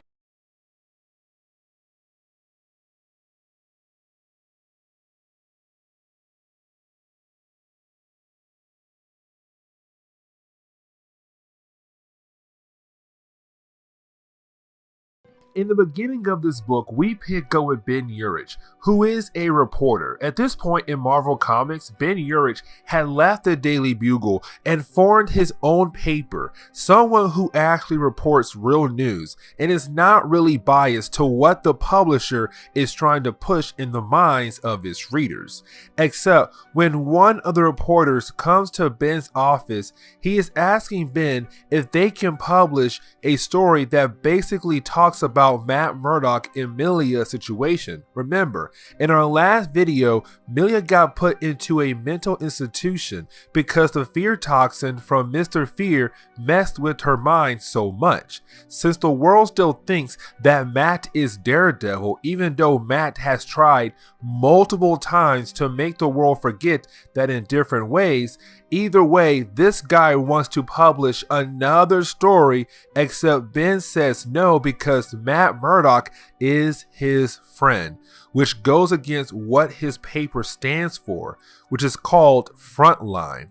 Supposed to be a paper that is not biased by the publisher, but he is kind of being biased when it comes to a story about his friend. Also, there have been reports that Daredevil has been more violent lately when he is out there beating up thugs. More bones are being broken, and this is actually worrying Ben Urich when it comes to Daredevil, because maybe the situation with Milia is messing up with Matt's mind, since it is his fault that she is in a mental institution. We continue that trend with Foggy Nelson, the best friend of Matt Murdock, and also a partner at Matt Murdock's law firm office. When he goes to check up on Matt at his house, of course, Matt is just coming back from being Daredevil for the night, which makes Foggy concerned if Matt is getting any rest or not, spending the night out in Hell's Kitchen as Daredevil. Of course, Matt doesn't want to listen to his friend or receive help from his friend with this current situation that he is in right now. We do get to see a couple pages that show how badly Daredevil has become when he is beating up some random thugs. To me, the art doesn't really show it, but we are supposed to imagine that he's out there beating up bad guys worse than usual. Except we have seen some art where he is beating someone down and he is not really having a hard time. Another set of pages show us that Foggy Nelson is meeting up with Ben Urich since they are both close friends of Matt. Ben Urich is asking if there has been any changes with Matt. Is he getting better? Of course, Foggy tells Ben that he is not getting better at all. So this begins the both of them thinking that they can find a way to help Matt out to get out of this funk that he is in. Except things get worse for Matt when he goes to the mental institution to see Milia's doctor, and the doctor there tells him that it would be better if he does not come around anymore. Every time he comes around, apparently he always undoes every single work that was done to improve Milia's current situation. So it is the doctor thinking that it will be better if he stays away for a couple weeks to give her some major improvements. This does make Matt upset because now he is being told he can't even see his own wife. But you have Dakota North. She is this private investigator that has been around for a while in our Daredevil videos, thinking that It would be best to give Matt some drinks to help him get over this. We all know that is a bad reason or a bad idea to use to help someone like Matt Murdock. So we see them go to a bar. Of course, Matt is spilling out his guts to Dakota North, and she tries to help him get through this by talking to him and buying multiple rounds of drinks, which then leads to him going to buy another round because he feels bad that she is buying all of the drinks. Except when he goes up there to buy drinks, well, he gets in a bar fight because he overhears that two guys were planning a robbery. Since he is still this more brutal Daredevil, he beats these guys so badly that Dakota North has to grab him and get out of there before a picture is taken and the cops are called. You have a moment where Dakota North reflects on the life of Matt Murdock, how he had multiple times in his life when he has reached this low point in life. The one example that she used is when he was the Kingpin for a year, which of course took place in Brian Michael Bendis' run on Daredevil. Except while she is thinking about that and also trying to think how she can help him, Matt just takes off his clothes to be in his Daredevil outfit so that he can go out and beat up crime once again, which continues to show that he is slipping even more and he should not be out there as a hero when he is basically drunk. We close this chapter on the same thing that started this video, where you have the same reporter coming out to Ben Urich and asking to publish a story about Daredevil, this time being about how Daredevil has become more violent and is brutally beating people down, and you still have Ben Urich saying no since Daredevil is a close friend of his. This makes the reporter mad and leaves the office, but it continues to show that Frontline is becoming very biased on what it publishes, just like the Daily Bugle. But the second chapter continues with the idea that Matt Murdock is becoming more brutal as a crime fighter.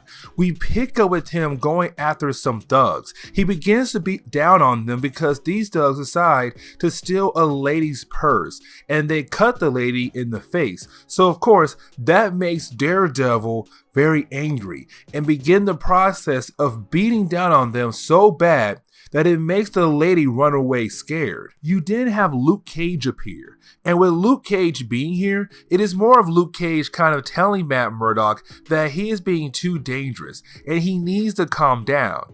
Also, of course, he has heard what was going on with Daredevil and came here to be as a friend.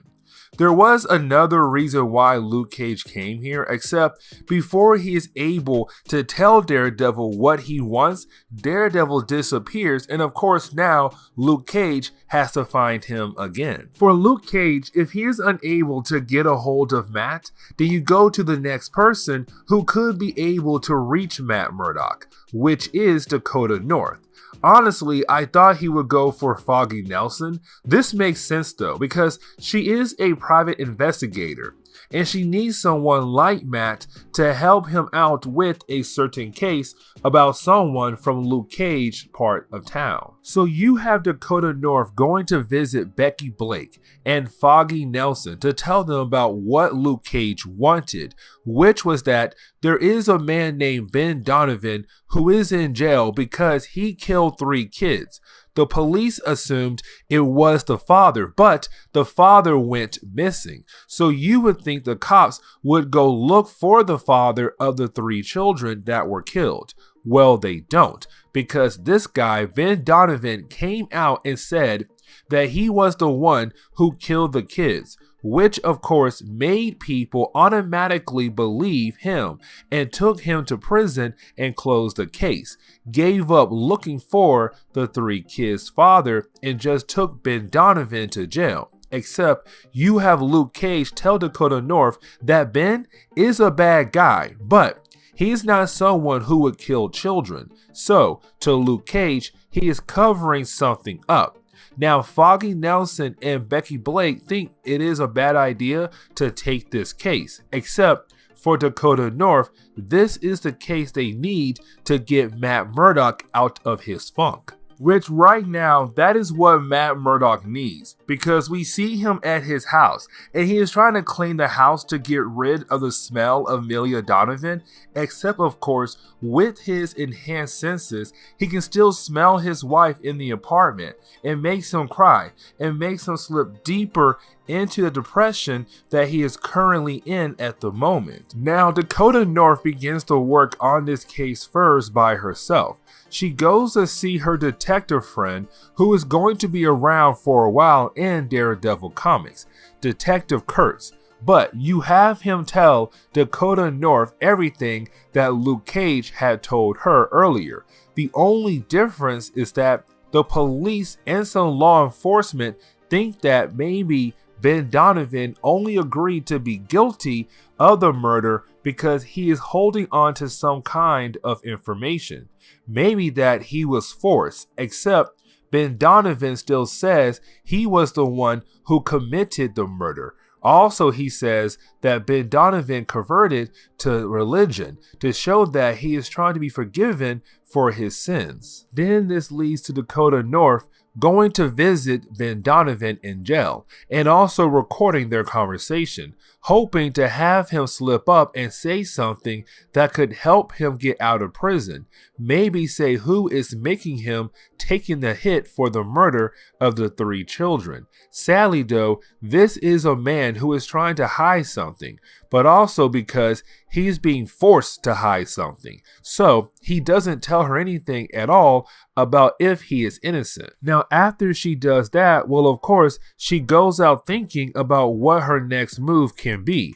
Where can she start to undig some information that could help Ben Donovan? But when she leaves a random diner, where of course she got some food, that is when someone attacks her because she started digging around the Ben Donovan case.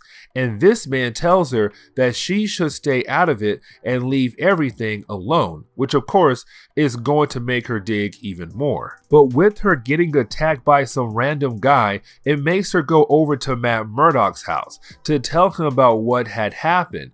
Also to tell him the reason why she was attacked, which of course was because of the Ben Donovan case. So this is the moment you have her tell him everything and try to tell him that he should really help out with this case. Really, she doesn't give him an option when it comes to yes or no to helping with the case. More of you should help out with this case and that is final, which of course after Matt sees how badly she was beaten and learns what is going on with the case, he of course looks down and finally says yes to himself and gets to work at looking at the case. Now with Dakota North actually recording her conversation with Ben Donovan, it actually gives Matt Murdock the ability to listen in to Ben Donovan's voice. Because remember, Matt Murdock has enhanced hearing, and that gives him the ability to hear if someone is lying, which Matt Murdock could tell that Ben Donovan was lying. So he goes to the prison and tells Ben Donovan that he is going to take over the case. Now, this meeting doesn't go as Matt Murdock thought it would go, or how we would think it would go. Because you would think that with Matt Murdock going to someone who was wrongfully charged, he is known across the world as the best lawyer to get those people out of prison. Also, Matt Murdock still has the world thinking that he is Daredevil. So, of course, when he walks in, Ben Donovan thinks of Matt Murdock as Daredevil. Except when Matt tells Ben that he knows Ben is innocent, well, Ben goes crazy and begins to yell that he was the one who killed the children, and making it seem that someone is listening, that if he goes around saying that he is innocent of the crime he is being charged for, someone could come after him. Then, to top it off, you have him actually attack Matt Murdock, which of course the guards rush in and grab Ben Donovan to make him stop, but also it gives Matt motive to figure out what is going on here. With Matt Murdock enhanced senses, it tells Matt that Ben Donovan is hiding something. Then you have Matt Murdock go and visit Dakota North, who is with Luke Cage at her apartment. Also, we learned Dakota North was a model, but she quit to become a private investigator. We don't know why, but she did. Either way, you have Matt Murdock come by and tell Luke Cage and Dakota North that he knows Ben Donovan is hiding something. What he is hiding is a big mystery, and Matt Murdock has no idea what it could be. But he is hiding something. What Matt is saying, it sounds more like Ben Donovan is hiding the truth because he is terrified of someone. He is not terrified of being on death row.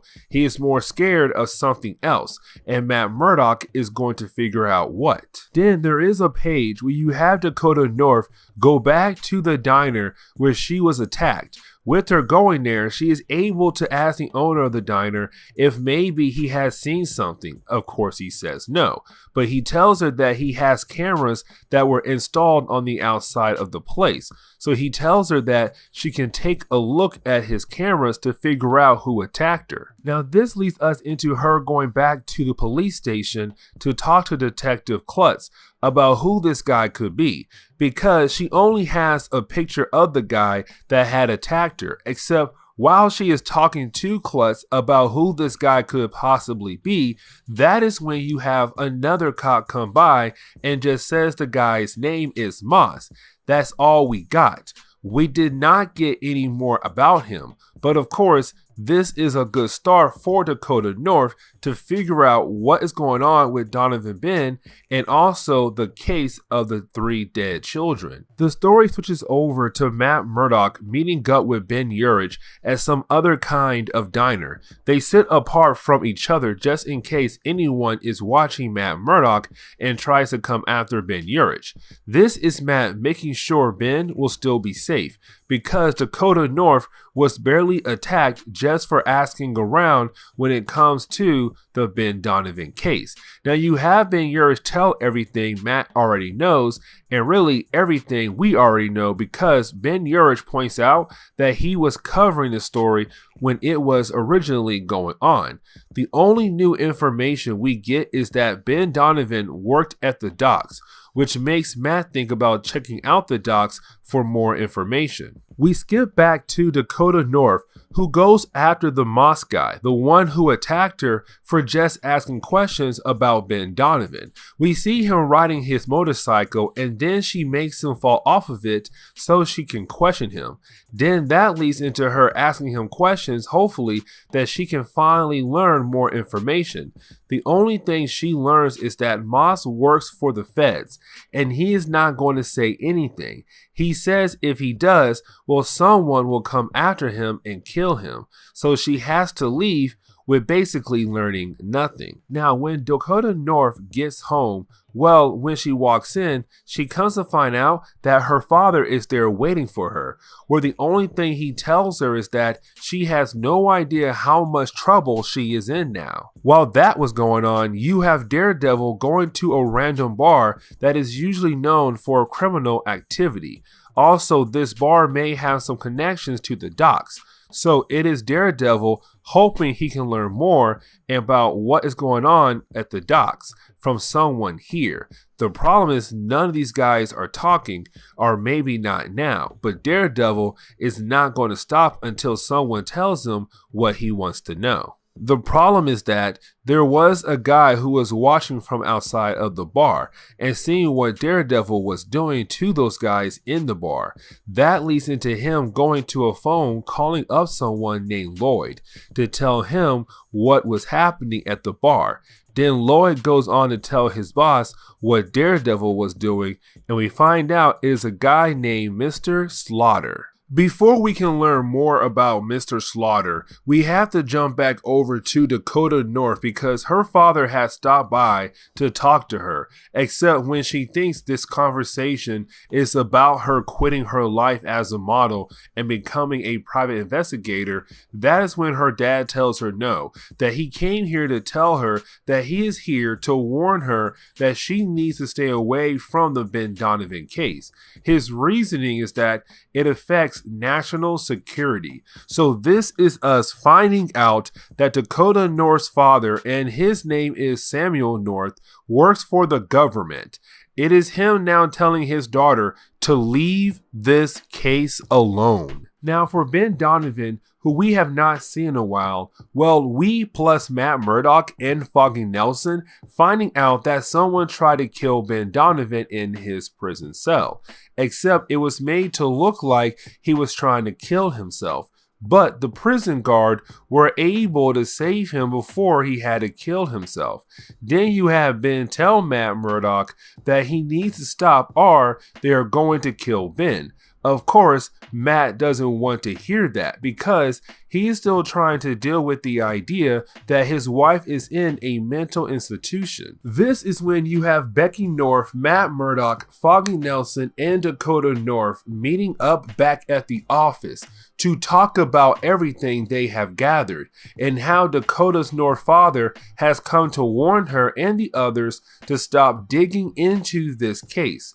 Of course, you have Matt saying no and making sure that everyone agrees with his decision to continue to figure out what is going on with the Ben Donovan case. While they think of what their next move should be, we can see from a few blocks down the road, someone is listening in on their conversation, telling us that someone has bugged Matt, Foggy's, Dakota, and Becky's office. This gives us a moment to see Matt's thinking about how this case is helping him keep his mind away from thinking about Milia, because of course Matt still blames himself with her being in a mental institution. Either way, you have Matt telling us he knows that he needs to change into Daredevil so that he can figure out what is going on with the Ben Donovan case. While you have Matt Murdock out there being Daredevil, hoping to learn more about this case, you have Becky Blake and Dakota North looking into the finances of Ben Donovan to find out that something is wrong here. For a long time, he was kind of a guy that didn't have a lot of money. Then out of nowhere, he was getting money, but all of the money was going into a trust fund. The question is how far back this goes and who does this account belong to? Getting back to Daredevil, we see him going to see Turk. Turk being this guy who is a low-level thug and usually always doing things for the current Kingpin of New York. Well, Daredevil goes to him knowing that he should have some information, which is who is currently running the docks. Well, that is when Turk tells Daredevil that it is Mr. Slaughter, and we learn that it is an old Daredevil character that really is a mobster, meaning that the docks is run by a mobster. Except Turk says no, Slaughter is supposed to be a good guy now and running a legit business. Of course, Daredevil knows there is no way that is true. We then get a quick page that shows us that Dakota North goes to figure out where the money Ben Donovan got is going to.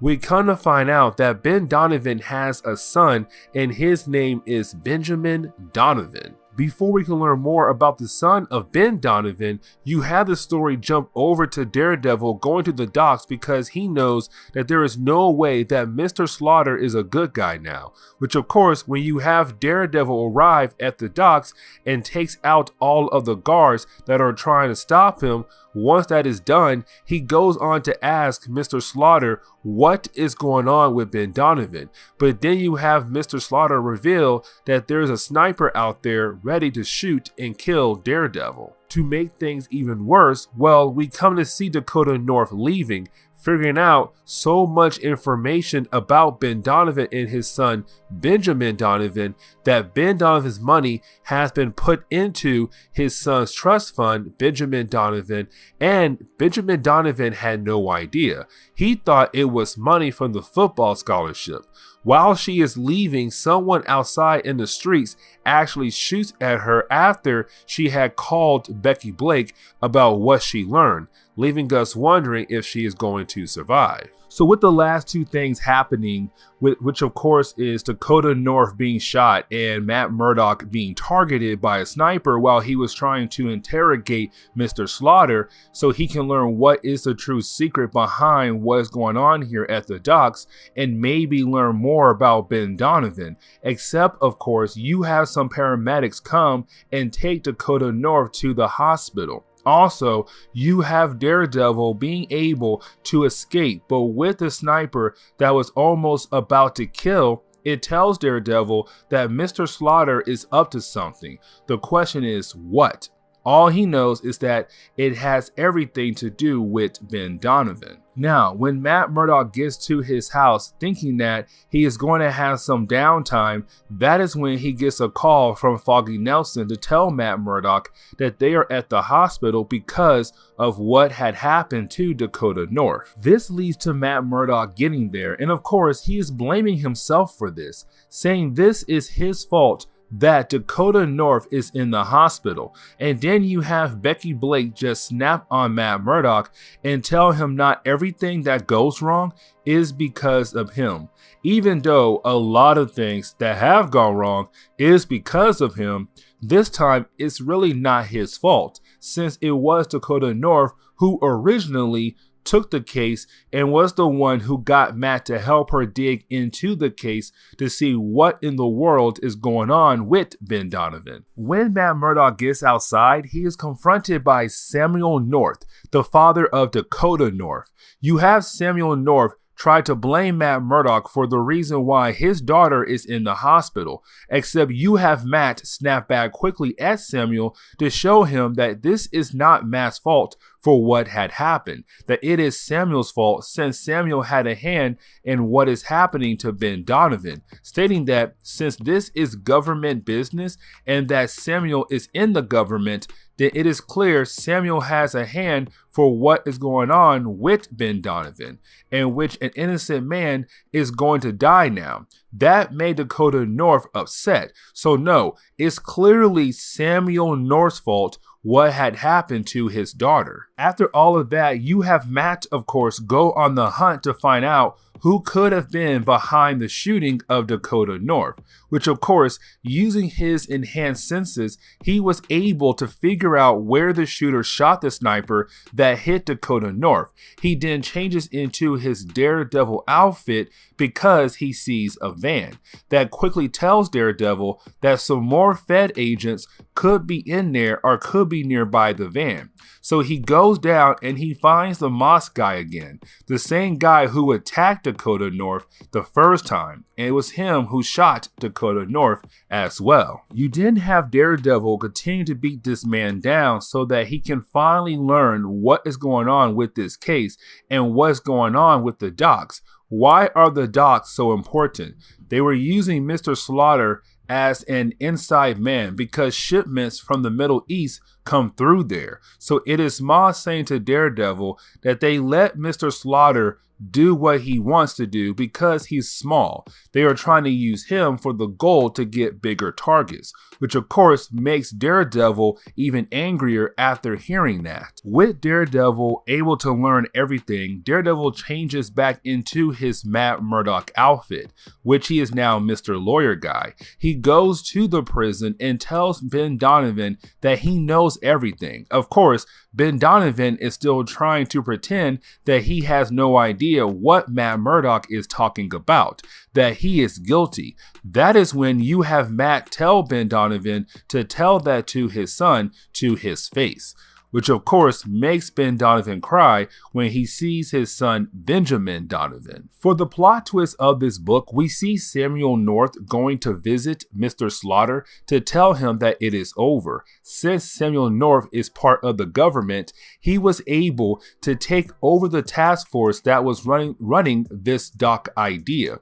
His first move as the new commander of this task force, Ben Donovan gets out of jail because he is innocent. The real person who did the murder will go to jail. Come to find out that it is some guy who is second in command of Mr. Slaughter's organization. Samuel North says he will still use Mr. Slaughter as his inside man, but no more protecting murderers, just for the greater good. Of course, Matt Murdock was pulling up and overhears everything. Samuel North confirms that yes, Ben Donovan is going to be a free man and his son will be taken care of. To close on this book, you have Matt Murdock go to visit Dakota North in the hospital so that he can tell her thank you. That if it wasn't for her dragging him into this case, he will still be in some kind of funk. Matt at first thinks that she can't hear him because she is resting, except when he leaves the room, that is when she says thank you, and the book closes there.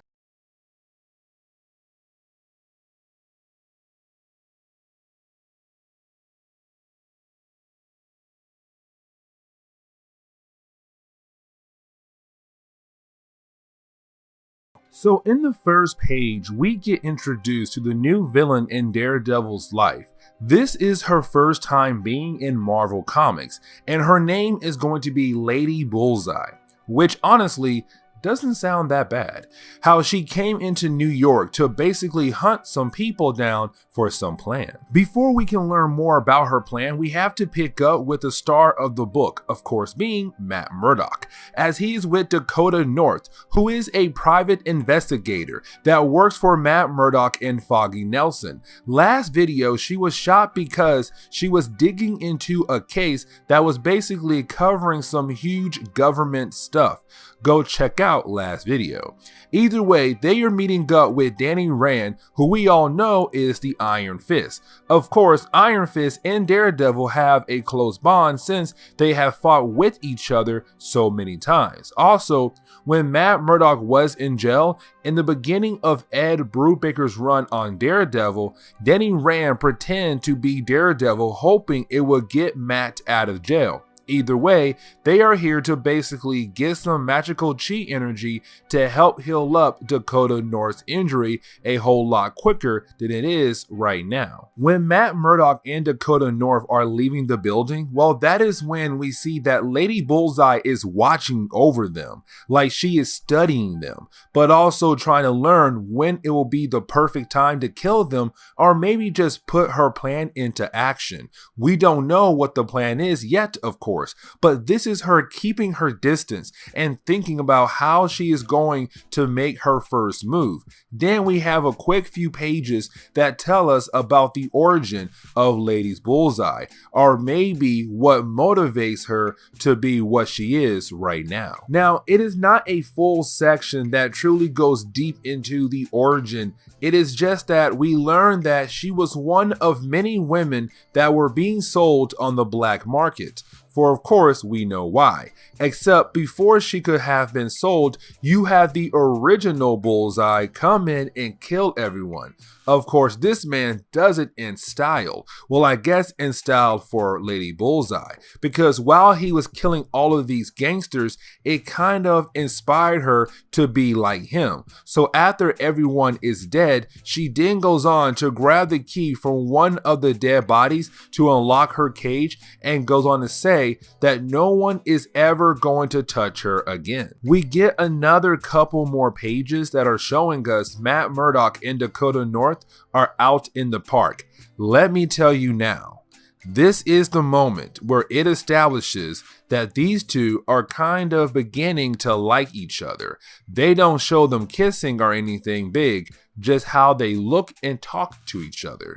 Before anything can happen, Matt runs off to beat up some crooks because his enhanced senses are telling him that something is happening nearby. While Matt is doing that, you have Lady Bullseye out there doing the same thing, making you think that maybe she has some kind of good in her. Of course, she is not good at all, and she actually kills one of the two guys here. The death of this guy is going to play a small role down the road. Either way, she kills one of these thugs and runs away. Jumping back to Matt Murdock and Dakota North, I warn y'all, the last section was them starting to like each other. The reason why I say that earlier is because we pick up with the two of them kind of doing some meditating and him trying to center her chi to help her heal up. Skip a few panels.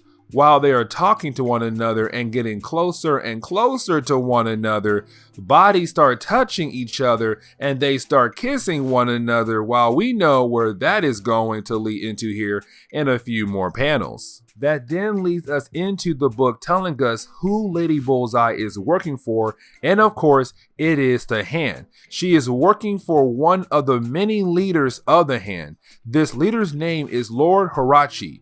I hope I said that correctly. They talk about going after two different characters, one of them being Danny Rand, the Iron Fist. The second one is Black Tarantula, who we met before, but we were shown that he was killed in the first story by Ed Brubaker on Daredevil. Of course, he is alive again, and it will explain why he's alive again.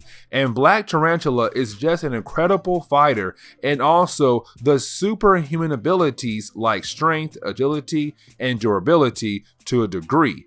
Either way, those two are the current targets, so she must take care of them, but leave Murdoch alone for now. They don't want Murdoch to know the Hand is working on doing something.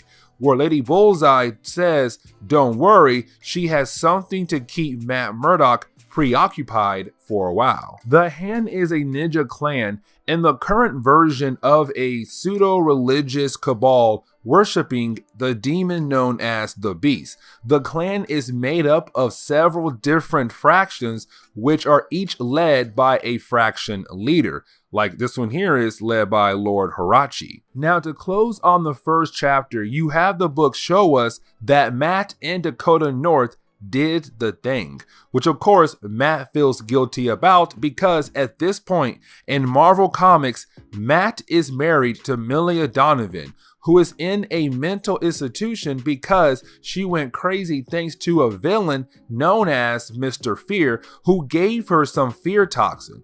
Before he can even think about that, he gets today's paper and it says that Daredevil is wanted for murder, which of course the thug that died by Lady Bullseye is the one they're saying he killed. We don't get the chance to see Matt Murdock freak out because in the opening of the second chapter, Dakota North wakes up and she is freaking out because she knows what she and Matt have done. Also because knows that Matt is married. For her, it's an all-time low. So she goes down to see if Matt is home and she is calling out for him, but he is not answering. Well, the reason why he is not answering is because by the time she had woken up, it had been maybe an hour and the police had arrived to arrest Matt Murdock. Because remember, in our last few videos, the world knows that Matt Murdock is Daredevil. He has done a lot of things trying to make the world believe that he is not, but most of the world still believes. So when word got out that Daredevil killed someone, well, police came for Matt Murdock. Dakota North has to run and call the rest of the gang to fix this. Then the book ties into the idea of Secret Invasion. For you out there who don't know, Secret Invasion was the story that for a few months or years, Skrulls, the alien race, used their powers to kidnap different people from the world and use their powers to change their appearance to pretend to be the people they have kidnapped as a way to invade the Earth. But either way, the first person they kidnapped was Elektra, except when they took her and replaced her, she was the leader of the Hand organization. So when they found out she was a fake, it led to a war between the different fractions of the Hand, one being Lord Hirachi. We see that Lord Hirachi has summoned Lady Bullseye to his temple for a special mission. This was only weeks ago. In this section, we learn that there could be another target besides Iron Fist and Black Tarantula, that there is some old man that Lord Hirachi wants Lady Deathstrike to kill. Who? We don't know. But the first part of the plan is for her to go to New York. Skipping back to the present day, we see Lady Bullseye and some random assassin talking about giving someone a test. Who? Well, that person is one of the three targets, and that person is Black Tarantula, who is out of prison, trying to be a good guy. But right now, he is in his apartment chilling, except that is when the Hand out of nowhere attacks him. It is a small group, but this is the test Lady Bullseye was talking about with the random ninja. So while Black Tarantula is fighting against this group of the Hand, Lady Bullseye is there watching this fight, seeing the skills of Black Tarantula. Long story short, she says he is a good fighter, but lacks in a few areas. Once Black Tarantula wins the fight, Lady Bullseye leaves without Black Tarantula knowing that she was even there. Getting back to Matt Murdock, who is being held in an interrogation room because Detective Klutz and the DA are trying to figure out if it is true Matt Murdock is Daredevil, and 2, could it be true that he murdered a thug? Has he gone too far? Because it wasn't too long ago that Matt Murdock was going around brutally beating down on random thugs. That was in our last video. But either way, you have Dakota North come by and give Matt Murdock an alibi, saying Matt Murdock and her were together all night long. We know why. But Matt gets out, and while Matt and Dakota are leaving, he shows that he is upset that she told the police that they were together. So she asks if they can talk. Before we can see them talk, well, we have to pick up with the other target of Lady Bullseye had on her list. So of course it is Danny Rand, the Iron Fist. He is leaving his building because something to mention is that Danny Rand has some money, or he still does, because he has a company. Except Danny Rand gets the same test that Black Tarantula had gotten, with a group of the Hand Ninjas arriving at the scene to fight him. Lady Bullseye and her friend are watching Iron Fist from a far distance, so Iron Fist won't know that she is there. Either way, Iron Fist is able to handle these guys because he knows how to fight these guys. Then we get the chance to go back to Matt Murdock talking to Dakota North about what had happened between them as they walked home from the police department. Of course, it is Matt telling her that it is his fault what happened between them. Also that she should have not told the police they were together last night, afraid that someone will tell their secret to the whole entire world.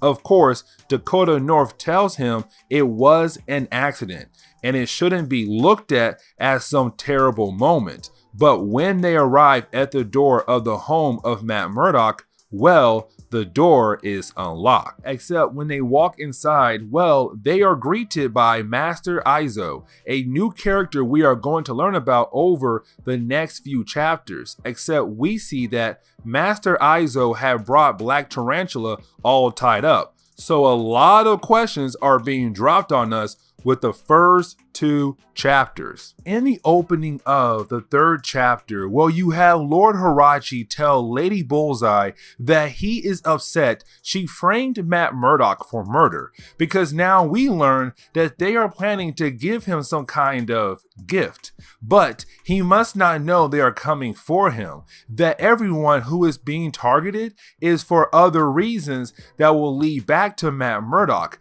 The question is what? Well, we learn what that gift is down the road. Getting back to Matt Murdock, Dakota North, Black Tarantula, and our new character, Master Izo, who basically tells him the reason why he is here. That for one, the Hand is back. 2, that basically they are coming after Matt for some reason, and it has to do with Elektra because they found out she was a Skrull. Finally, that Master Izo has some kind of connection to the Hand. Of course, he doesn't say what the connection is, and also Master Izo is some kind of big drinker and looking for some drinks. You then have Danny Rand walk in and basically tell Matt Murdock that hey, he was attacked by the Hand as well, which then raises more questions for the gang because now they want to know why in the world Iron Fist is being targeted by the Hand. Then you have Danny Rand tell us that he knows about Master Izo and how he is one of the best masters in the world. There are stories that make this man a legendary person in the martial arts world. That is when Dakota North gets a call from Detective Klutz, who tells her that something big is happening in the city. And Matt, of course, with his enhanced hearing, can tell that something is up. So this leads into Dakota North going to the crime scene that Detective Klutz had called her about. And of course, the person who said they saw Daredevil kill those thugs that he's being framed for has now died. So now someone seems to be clearing house and coming after Daredevil. Also, Daredevil is there at the crime scene, but watching from a far distance and using his enhanced hearing to hear about what is going on, which makes him leave and wonder if this has something to do with the hand as well. Except after he leaves, of course, he runs into no other than Lady Bullseye. And this is his first time ever meeting her. He is like, what in the world is going on here? And who in the world are you? She tells him that her name is Lady Bullseye and begins to fight him. While they are fighting, Daredevil can tell she is not even scared to fight him, and the way she is breathing, how she is moving, she is making it hard for Daredevil enhanced senses to keep track of her movement and making it hard for him to fight her, which of course makes him wonder if she is calling herself Lady Bullseye as some kind of tribute to the original Bullseye, which of course she tells him he will not learn anything about her, and then tells him there is more to come with her being here. That is when you have a group of ninjas come at Daredevil and of course begin to attack him. Now, unlike Black Tarantula and Iron Fist, where they were able to beat their group of ninjas, Daredevil is unable to beat his. Luckily for Daredevil, Master Izo was nearby and able to defeat the group of ninjas for Daredevil. Lady Bullseye leaves, and you have Master Izo tell Matt Murdock that he needs to stop and listen to him so Matt can understand what is going on here. Except Matt ignores Master Izo because to Matt Murdock, there is no reason for him to listen to Master Izo. The reason why Matt is not trying to listen to Master Izo is also the fact that the hand is going after people that have some kind of connection to Matt Murdock. Matt Murdock is afraid that the hand could go after his wife, Milia Donovan, except when Matt Murdock gets to the mental institution to see his wife, well, you have the front receptionist tell Matt that his wife is no longer there. The reason why is because Milia was checked out by her parents. This is now bringing in another problem for Matt to deal with in this story. At the same time, you have Master Izo and Black Tarantula break into some hidden base that was owned by the Hand. They take this group down. The reason why they are here is because Master Izo knows there could be some important information they can use to help them figure out the Hand move. They found some photos of the second white tiger. The second white tiger was Angela Del Toro, and the powers of the white tiger comes from the white tiger amulet. The reason why she is important is because she first appeared in Daredevil Volume 2, number 58. It was made by Brian Michael Bendis, the man who was writing Daredevil before this book. Either way, she got her white tiger amulet from her uncle, Hector Alaya, who died and passed on the amulet to her. Once she had received the amulet, Matt Murdock helped her decide what to do with the amulet, which of course she became a hero. That then leads us into seeing her getting stabbed by the Hand, and she dies right there. In the opening of the 4th chapter, we open up with Matt Murdock getting mad at the fact that Milia parents came in and took their daughter home with them, which makes sense because Matt Murdock didn't even bother to tell Milia's parents that their daughter is in a mental institution. So the next few moments between Matt Murdock and Milia's parents is going to be a court battle to see who has the rights over Milia. Is it her husband or is it her parents? Well, they are going to have discussion about this right now. Before we can see that lovely argument, you have the story tell us that Master Izo has sent Black Tarantula out to find some more clues on what the Hand is doing and also hope to save White Tiger. Now, Master Izo, well, He is getting his drink on and making Danny Rand pay for all of his drinks. Except this is the moment we learn why Master Izo knows so much about Matt Murdock. That Master Izo was the one who trained Daredevil's master Stick. Stick was the character that taught Daredevil how to fight, but Master Izo was the one who trained Stick.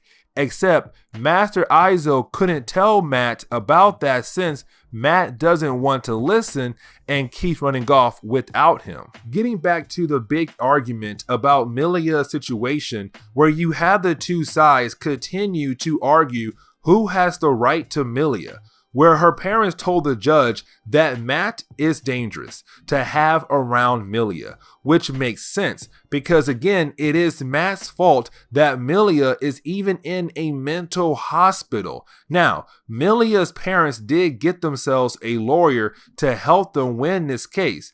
Maki Masumoto. I know I just butchered that. Please forgive me. And when she begins to talk, Matt is thinking that this lady could be Lady Bullseye in disguise. But again, the way she talks and walks makes it hard for him to figure out. Either way, the worst part of this meeting is when you have Dakota North walk in thinking it would be a good idea for everyone to have a drink. Except Milia's mother begins to freak out because we come to find out that Milia's parents had also hired a private investigator to follow Matt, which that private investigator was able to get pictures of Matt and Dakota North doing the dirty that night. So yeah, it does get out of the world here. Then we finally have to jump back to Black Tarantula because he's out trying to find White Tiger since he knows that she is a target of the hand, except when he finds her, well, she's alive. Which is confusing because when we saw her moments ago, she was killed by the hand, but here she is now. She's alive and well, fighting against some members of the hand. So you have Black Tarantula jump in to help out White Tiger, but right when they begin to fight together, well, that is when we see White Tiger eyes are red, and she is about to attack Black Tarantula. But getting back to the new problem that Matt Murdock has going on, where you have Foggy Nelson telling Matt Murdock that he needs to let Milia Donovan go, because if they go to actual court with everything Milia's parents have, they will lose easily. So it is Foggy Nelson telling Matt Murdock to give them everything they want, starting with the idea of Matt Murdock filing for divorce and leaving Milia alone. Of course, Matt Murdock says no, but then you have Foggy Nelson bring up the fact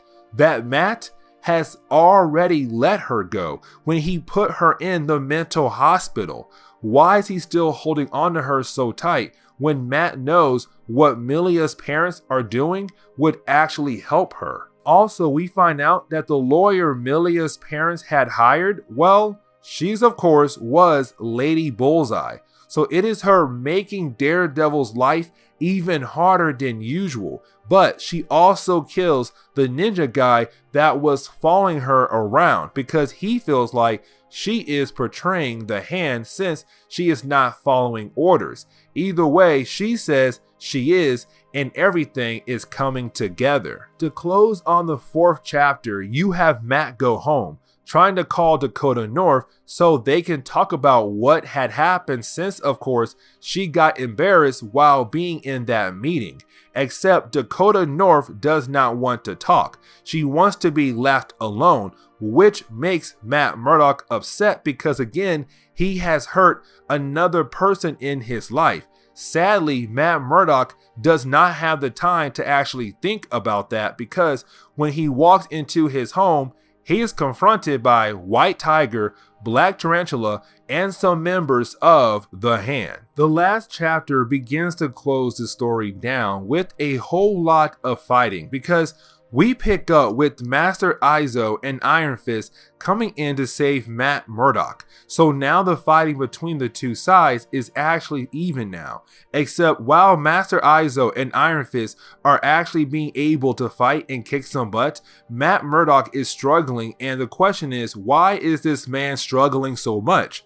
Matt tells us with his thoughts that because he has so much happen in the last few days, it is clogging his mind and confusing him why the hand is trying to come after him so much. So you have Matt try to run upstairs to get away just for a moment. Except of course you have Lady Bullseye there as well. Except when she comes in and kicks Matt in the face, she states that Matt is still not ready to receive his gift, which we don't know what that means. But before she's able to do anything else to him, you have Master Izo come in and save Matt once again, which gives Matt the chance he needs to gather himself and continue to fight against Lady Bullseye. So this fight continues on the rooftop. You have Iron Fist rejoin the battle, so we get into a big battle between the two sides all over the rooftops of Hell Kitchen. Except then you have Master Hirochi appear,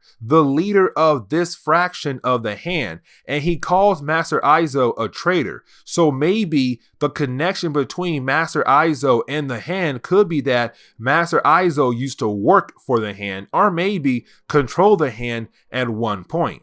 We don't get to know, but apparently Master Izo then tells Master Hirochi that Hirochi is wrong about Matt Murdock. What is that? We still don't know. But we learn actually what the gift is after Black Tarantula and White Tiger knock out Iron Fist and they leave him alone. You have Lady Bullseye mention that her and the hand goal is to make Matt Murdock be the leader of the hand. She doesn't flat out say it, but reading between the lines, you can tell that is what she means.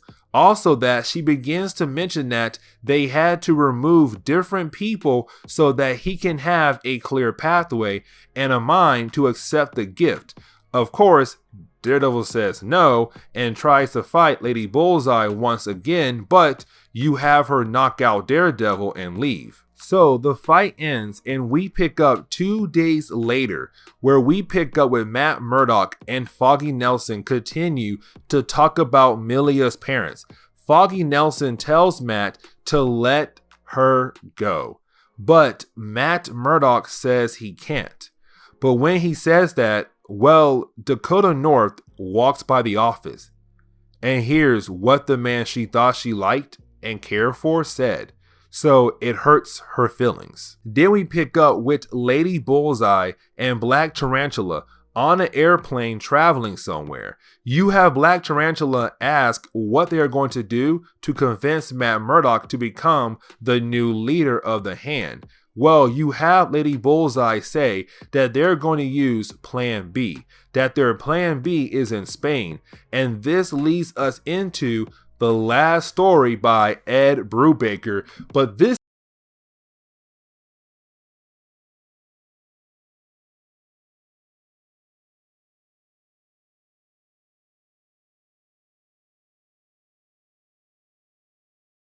with the opening of this book, we pick up with the Kingpin, except the Kingpin has blood all over his hands. The question that comes to mind first is what had happened with the Kingpin this time. Remember, after the death of Vanessa Fisk and Matt Murdock getting the Kingpin out of prison, Kingpin made a deal to give up his citizenship in the US and never come back, except we see him hovering over a dead body, sword stabbed into his body, but a group of the hand standing around him. So we have to jump back in time before this moment and pick up at the Costa de Morte,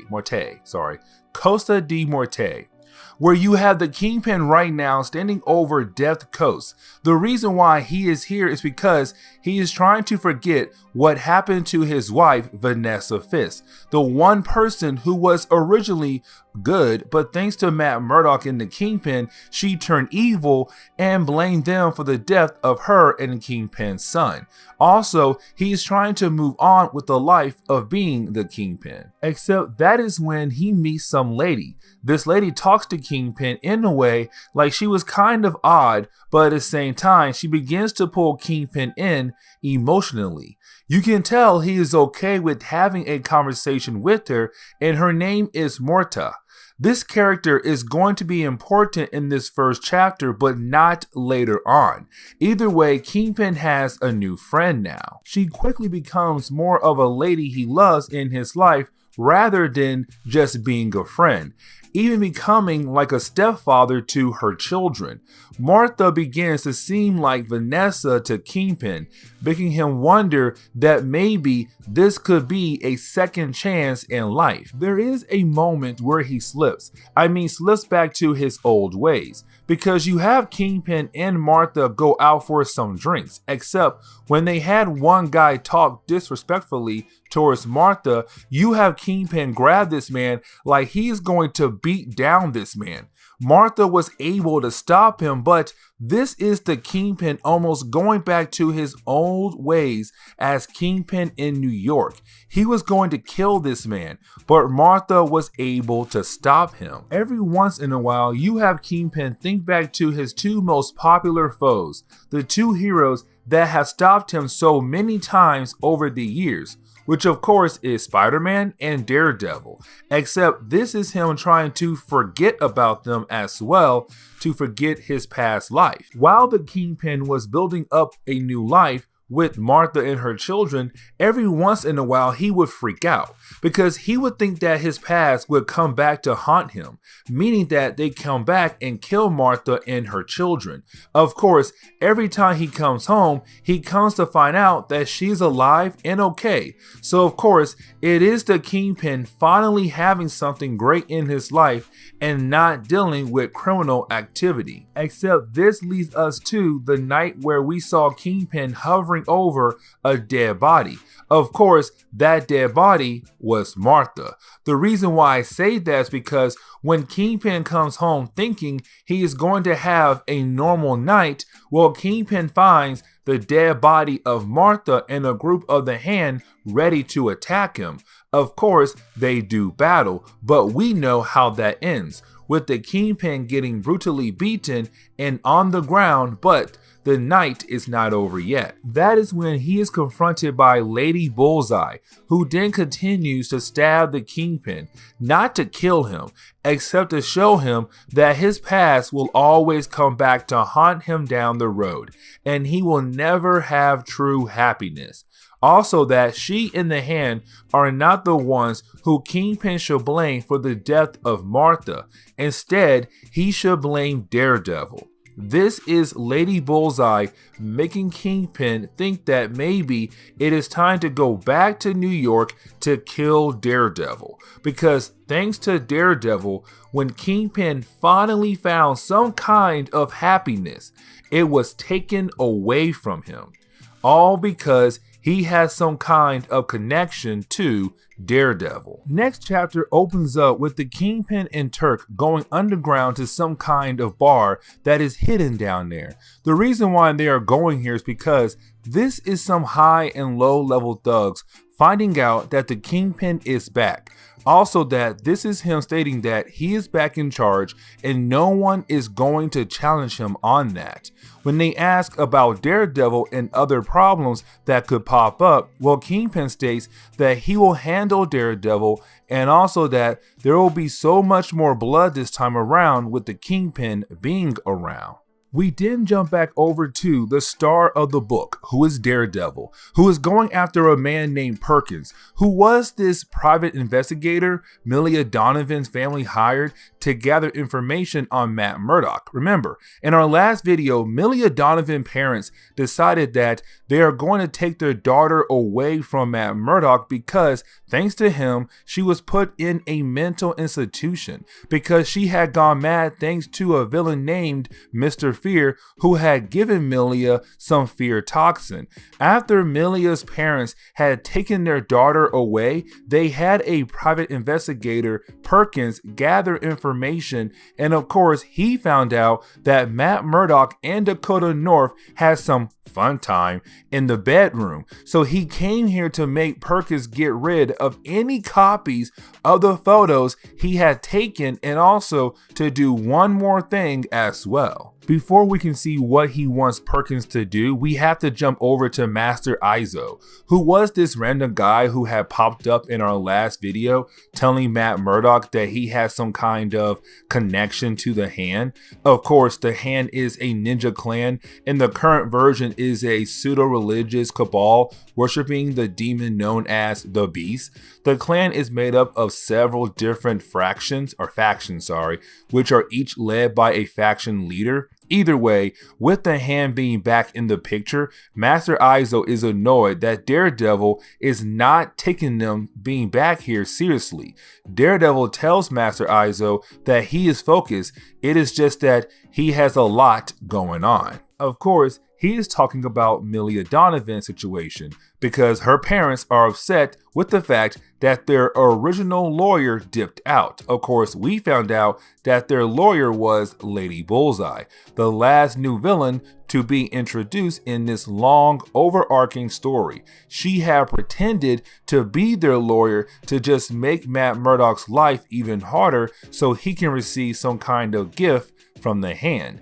Either way, Milia Donovan's parents are even more upset because now their private investigator is saying that he faked all of the photos. Foggy Nelson knows that it was Matt Murdock, who was out as Daredevil, who made that PI change his mind. Matt Murdock, of course, ignores Foggy Nelson, goes back home, and begins to work out as a way to ease his mind. Except while he is working out, that is when he is greeted by Dakota North. The reason why is because she is upset at Matt Murdock. She knows what he had done. Of course, Matt is confused how she found out, but that is when she tells us how she found out. Perkins, the other private investigator, decided that he wants to give Dakota North the last copy of information he has on her and Matt Murdock. She is confused, or was confused, about who he is and what he is handing her. That is when he tells her how Daredevil had came by and made him change his story, and also made him delete all of the copies that he had on them, which of course she is angry about because now it seems to her Matt Murdock is trying to delete her, like she was just some kind of mistake, which of course makes her mad. So getting back to Matt Murdock in the present day, he is trying to talk to Dakota North and also trying to figure out who is calling him. Well, the phone call is from a thug we met in an earlier video, who is really not important. What he says is actually important, that the Kingpin is back in town. The thugs who are scared to work or even be around Kingpin are leaving New York. This thug had already left. He is in New Jersey, but when Matt gets outside, well, he is confronted by Turk, who is working for the Kingpin, and tells Matt Murdock that Kingpin wants to meet up with Daredevil. This ends with Daredevil going to meet up with the Kingpin, and basically you have the Kingpin tell Daredevil everything that had happened with him in the last chapter. Of course, Daredevil doesn't care, because he wants to know why Kingpin is back here in America, where he had given up his citizenship to be here in the States. Of course, after a while, you have Kingpin finally make Daredevil agree on making a deal to bring down the Hand. So with Kingpin and Daredevil agreeing to work together, well, that leads into Kingpin making his moves, starting off with the idea of breaking out the Owl. The Owl is a character who originally I thought was a mutant, and I was wrong. Either way, his powers are based around what his name is, which of course, powers based around the animal, the owl. The last time he was around, well, he was trying to become a Kingpin when Wilson Fisk, Kingpin, was not around. Of course, it was short-lived thanks to Daredevil being Daredevil. Then he was thrown into prison, but now he is being broken out of prison and has no idea who is trying to break him out. Well, he finds out who it is when he gets into a car and sees the Kingpin. While Kingpin is moving forward with his side of the deal, you have Master Izo and Daredevil chilling outside watching what could be a safe house to this hand faction. Izo is not happy with what Daredevil has done, which of course made a deal with the Kingpin. To Master Izo, working with a man like the Kingpin, it can taint your soul. Now, you can see that Matt Murdock doesn't care, because to him, he is doing what Master Izo wants, which of course is to bring down the hand. After he does that, he leaves, because this is Matt Murdock not listening to Master Izo, because Master Izo continues to tell Daredevil that the hand is using the Kingpin as a way to get to him. Now, with Matt Murdock out there being Daredevil rather than being at home as Matt Murdock, well, that makes Foggy Nelson upset because Matt Murdock missed the court date to deal with the Milia issue, and Foggy Nelson is tired of always helping Matt Murdock out and being screwed over. Which also means with him missing that court date, it gives Milia parents what they want, which was their daughter. This gives over to Kingpin, and we see him with some random person that actually works for him. Apparently, Kingpin kept moving forward with his plans, which was to send a small number of his men to capture at least one member of the hand from a group that was hiding outside a church. Of course, both sides ended up dead. But then we come to find out that with Kingpin being back in the States, and also after everything that had happened to him, he is now being hunted by his wife's ghost, who was, of course, Vanessa Fisk. She is just taunting him and telling him that he is going to fail with whatever he is trying to do. This leads into Daredevil going around and starting to feel bad for himself, mainly because of what had happened between him and Dakota North. Remember, they got caught having some fun time in the bedroom by Milia's parents, private investigator, and he had some photos. So that was one reason why things are bad between them, but also the fact Matt is making it seem like he should try to find a way to delete that accident out of his life, making it seem like Dakota North is nothing to him. This is him kind of telling us that he may have some kind of feelings for her. After Matt has done all of that, he goes back home where of course he is confronted by Foggy Nelson, who is upset because again, Matt Murdock missed the court session to deal with Milia's parents. That is when everything goes downhill, because you then have Kingpin call the home of Matt Murdock to tell Matt Murdock that everything is moving forward and they need to talk. When Foggy Nelson hears that voice of the Kingpin, he tells Matt Murdock that Kingpin and Daredevil is now working together, and the question is why. Matt tries to tell his best friend, but to Foggy Nelson, it doesn't matter. It is the Kingpin, and you have Foggy Nelson leave the house. Then we skip over to the Owl, where we see him with a small army of men, but he is meeting up with Lady Bullseye, where the book shows us that the Owl and Lady Bullseye are making some kind of deal. The deal is that the Owl is actually hiring Lady Bullseye and her group of ninjas to go around killing people that are on the Owl's list. Of course, she says yes, and now we know that everyone is making moves left and right, and things are only going to get worse. We saw the book open up with the idea that the hand moved quickly to complete the list that the Owl gave them. They went around and began to kill a ton of different people who were really part of the criminal underground. So that leads to Matt Murdock being Daredevil and meeting up with Detective Klutz, who is confused about what is happening here in Hell's Kitchen. To Klutz, Matt Murdock is the protector of this city and should be keeping it safe, except it is on fire. The Hand is going around being able to do whatever they want. So this is kind of Klutz telling Daredevil to get his act together and save Hell's Kitchen before it is all gone. Then we pick up with Foggy Nelson meeting up with Dakota North and trying to figure out where in the world Matt Murdock is at. They know he is out there being Daredevil, but Foggy Nelson is worried because Matt Murdock is going out there making deals with people like the Kingpin.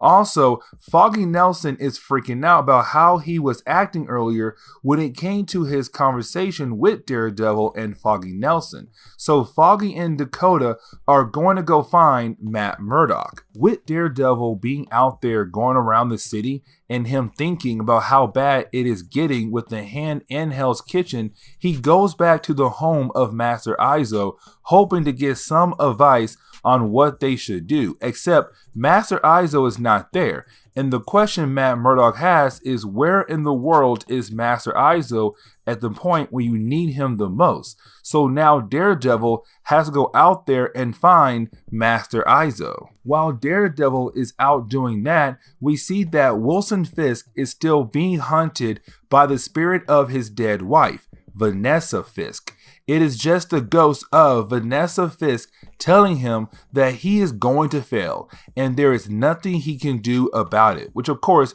makes him freak out and really feels like she is there, calling him a failure. But of course we know she is not there at all. Then you have the Owl walk into the office, and this lets us know that the Owl is still working for the Kingpin. The meeting the Owl and the Hand, including Lady Bullseye, had was all part of Kingpin's plan. What his plan is still a mystery, but he is making his moves. We see the Owl and Lady Bullseye meeting up one more time, and this time it is the Owl giving her one more name of someone else he wants the Hand to kill. We don't know who, but she hands the note over to Black Tarantula and White Tiger, two people who have been converted into working for the Hand. Except the way Black Tarantula acted, it made it seem that maybe he doesn't really want to complete this order that she has given him.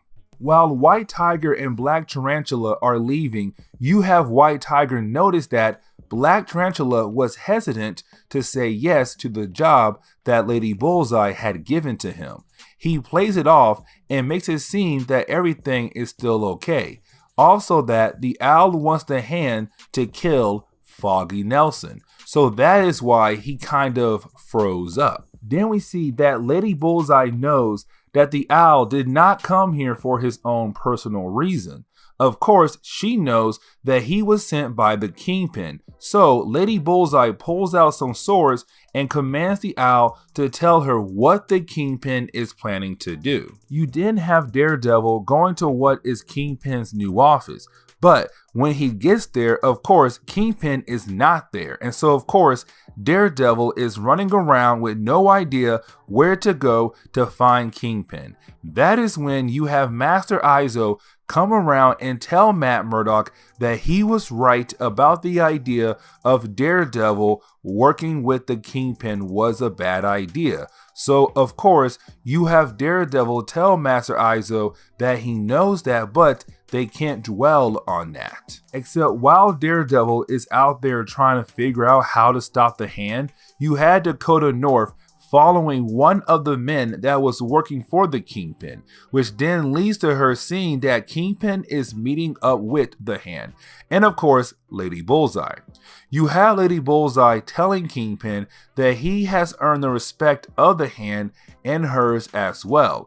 Except while they were talking, well, Lady Bullseye sensed that Dakota North was out there watching the meeting, which means they need to stop her before she is able to get away with the information that Kingpin and Lady Bullseye are planning to make a deal. So they do stop her, and now she's being held captive by the Hand and the Kingpin. With the final chapter of this book, which of course is Daredevil number 500, a lot of things happen in this book. It is a big one, and it starts with us jumping back in the past around 800 years ago. This is the moment we get confirmation that Master Izo used to work with the Hand. We also learn that he blinded himself because he was tired of seeing the Hand disgracing what they used to stand for, which of course explains how he knew so much about the Hand when he met up with Daredevil and the rest of the gang. Now, in the present day, we learn that thanks to Master Izo, he was able to find Milia Donovan for Matt Murdock, since her family had taken her away from Matt Murdock. He had no idea where she went. They just put her in some hospital, and also you have Master Izo tell Matt that none of this would happen if Matt had his head on straight. Also, if Matt just remembered to use his enhanced senses of smell, he would have found her a long time ago. Except he couldn't because he was out there in Hell's Kitchen as some wild animal. You then have Matt Murdock call up Foggy Nelson to tell Milia Donovan's parents that they can have everything they want, which of course means giving them their daughter back. Then he tells Foggy Nelson goodbye, but remember, Foggy Nelson wanted to say sorry for Matt Murdock for how he acted earlier, except Matt hung up the phone. But when Foggy looks up, well, he's confronted by Black Tarantula, White Tiger, and a small group of the Hand who are all there to kill Foggy Nelson. Then there is a page where we find out that Master Izo, after he left the Hand, he has started some other kind of group, but we don't get to learn the name of this other group of trained fighters, except we see that he's being kicked out by a character named Stick. Stick, of course, was the person who had trained Daredevil. So Master Izo had trained Stick, who had trained Daredevil, but again, Master Izo left. In the present day, we see Matt Murdock being Daredevil, and he is with Master Izo, who went after Turk. Turk being the guy who is working for the Kingpin. They are hoping to get some information about Kingpin from Turk, except Daredevil and Master Izo realize that Turk has Dakota North's purse. So when Daredevil sees that, well, Daredevil begins to question Turk about what in the world had happened to Dakota North. Well, you have Turk tell them that she has been taken, which then we get another page where we see that Dakota North is being held hostage by the Owl. So at least we know who is currently holding her. But then you have the Owl mention that Foggy Nelson is about to die, which we flip over to the next page and we see Black Tarantula, White Tiger, and a group of the Hand holding Foggy Nelson over the edge of a building. They are planning to kill him, but make it look like it was a suicide instead. Then we have this book established that back in the past, really 18 years ago to be more exact, which we pick up with Matt Murdock right after he had the accident, which of course that gave him his powers and also made him blind. So Matt Murdock is not used to his powers yet, but he is then greeted by Master Izo. Guess this was the moment Master Izo knew that Daredevil would be special. Either way, he leaves to call up Stick to have Stick, of course, train Matt Murdock. Back in the present day, we see Daredevil and Master Izo finding the place the Owl was holding Dakota North at. So we then get this section where you have Daredevil just beat down on the Owl, which is funny because every time the two of them fight, it usually ends up with Daredevil just beating down on the Owl, and the Owl always barely has a chance to actually win. This continues that trend of the Owl just getting another beatdown from Daredevil. Once the fighting is all done, you then have Dakota North tell Matt Murdock the fact that Foggy Nelson is in trouble. The Hand is planning to kill Foggy Nelson. So of course, Daredevil begins to freak out, except you have Master Izo tell them, don't worry because he has a secret plan. That is when we find out that the secret plan is Black Tarantula. Remember that earlier when Black Tarantula and White Tiger got the mission to kill Foggy Nelson, Black Tarantula was kind of hesitant to complete the mission. The reason why is because we learned that after Black Tarantula was killed to be part of the Hand Army, so under their control, his healing factor was able to push out whatever was put in his body to make him work for the Hand. Master Izo knew that would happen and gave Black Tarantula the task in protecting Foggy Nelson. Then we see Kingpin meeting up with the Hand. The reason why Kingpin is here for two things. The first thing is to figure out who killed his second wife, Martha, back in Spain. Which of course you have Lord Hirachi, who is the leader of this group of the Hand, come out and say it was him. So you have Kingpin easily able to grab Hirachi and kill Lord Hirachi just like that. The leader of this faction of the Hand is dead. Which to me is very anticlimactic, but either way, you didn't have Kingpin mention that he is here for the deal, to take the offer to be the leader of the Hand or this group leader of the Hand. Which of course leads into Daredevil and Master Izo just popping out of nowhere to stop this meeting. Of course, the Hand is angry about that. Also, Kingpin is down to fight against Daredevil, thinking that he is going to win, except Daredevil doesn't fight against Kingpin. You have Daredevil taking care of the bigger threat, which of course is Lady Bullseye.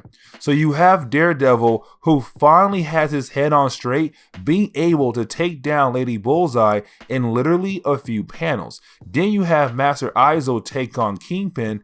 With that being said, you should think and know that there is no way Kingpin can defeat Master Izo. So we find out that a half hour ago, Master Izo and Daredevil had a conversation about the next part of Master Izo's plan, which is that Master Izo thinks that Daredevil should take over the Hand. Don't let Kingpin be the one to receive the offer, that he should be the one to take over, because to Master Izo, Daredevil can corrupt the Hand to make them better, unless they corrupt him. If that happens, then Master Izo says they would have to kill Daredevil. So of course, the book changes back to the big fight in the House of the Hand, where you have Master Izo beating down on Kingpin, which he does win. But then this leads into Daredevil telling the Hand that they will take their offer to be the one to lead the Hand. Of course, Kingpin is upset because you have the Hand actually change their mind and think that Daredevil should be the one in charge, which in reality, they wanted him in the first place. Either way, you have Lady Bullseye get upset because she really wanted Kingpin to be in charge. Her reasons are unknown, but then you have the Hand asking Daredevil if he has cut ties with everyone in his life. He can have no ties to those past things anymore. Also that he will have to go under a process to make sure that he can be the leader of the Hand. That is when we get a couple pages to show us that Foggy Nelson and Dakota North go to the home of Matt Murdock, hoping to find him there, except he is not there because we know that he is gone. Also that Matt left a note telling Foggy Nelson to put all of his stuff in storage. Matt is saying that he is not coming back anytime soon, and Foggy Nelson and Dakota North are wondering what this all means. Then we find out that apparently Lady Bullseye and Master Izo were also working together, that he had promised her that she would be the one to lead the Hand. So of course, she is upset to see Matt Murdock being the one in charge. Also that she is going to kill him for this one day because Master Izo just used her so that they can accomplish his goal. To close on this book, we see Black Tarantula and White Tiger with the Hand, who are walking Matt Murdock down to some chamber. Of course, this chamber being part of the process to turning Matt Murdock into the Hand next leader. So this is the beginning of Matt Murdock trying to change the Hand for the betterment of good. Except, of course, Shadowland doesn't give us any organic growth to that story because Marvel wanted that event to drop quickly with hardly any organic buildup to that story, but that is the end of this book. And guys, next week we jump into Shadowland. Now, I'm thinking about doing like 3 videos a week so we can go ahead and get through Shadowland, because we're going to cover every single tie-in of that book as well. But let me know what you guys think we should do. Should we do 3 videos a week for just Shadowland alone so that we can get through that event very quickly, or stick to 2 videos a week? Let me know how you guys feel about that. But anyways, please hit that like button down below and also subscribe to the channel for more content to come in the near future. Also, any suggestions on books I should read, well, please let me know in the comments below, because you never know, your suggestion could be a future video down the road. But I do hope you enjoy today's video.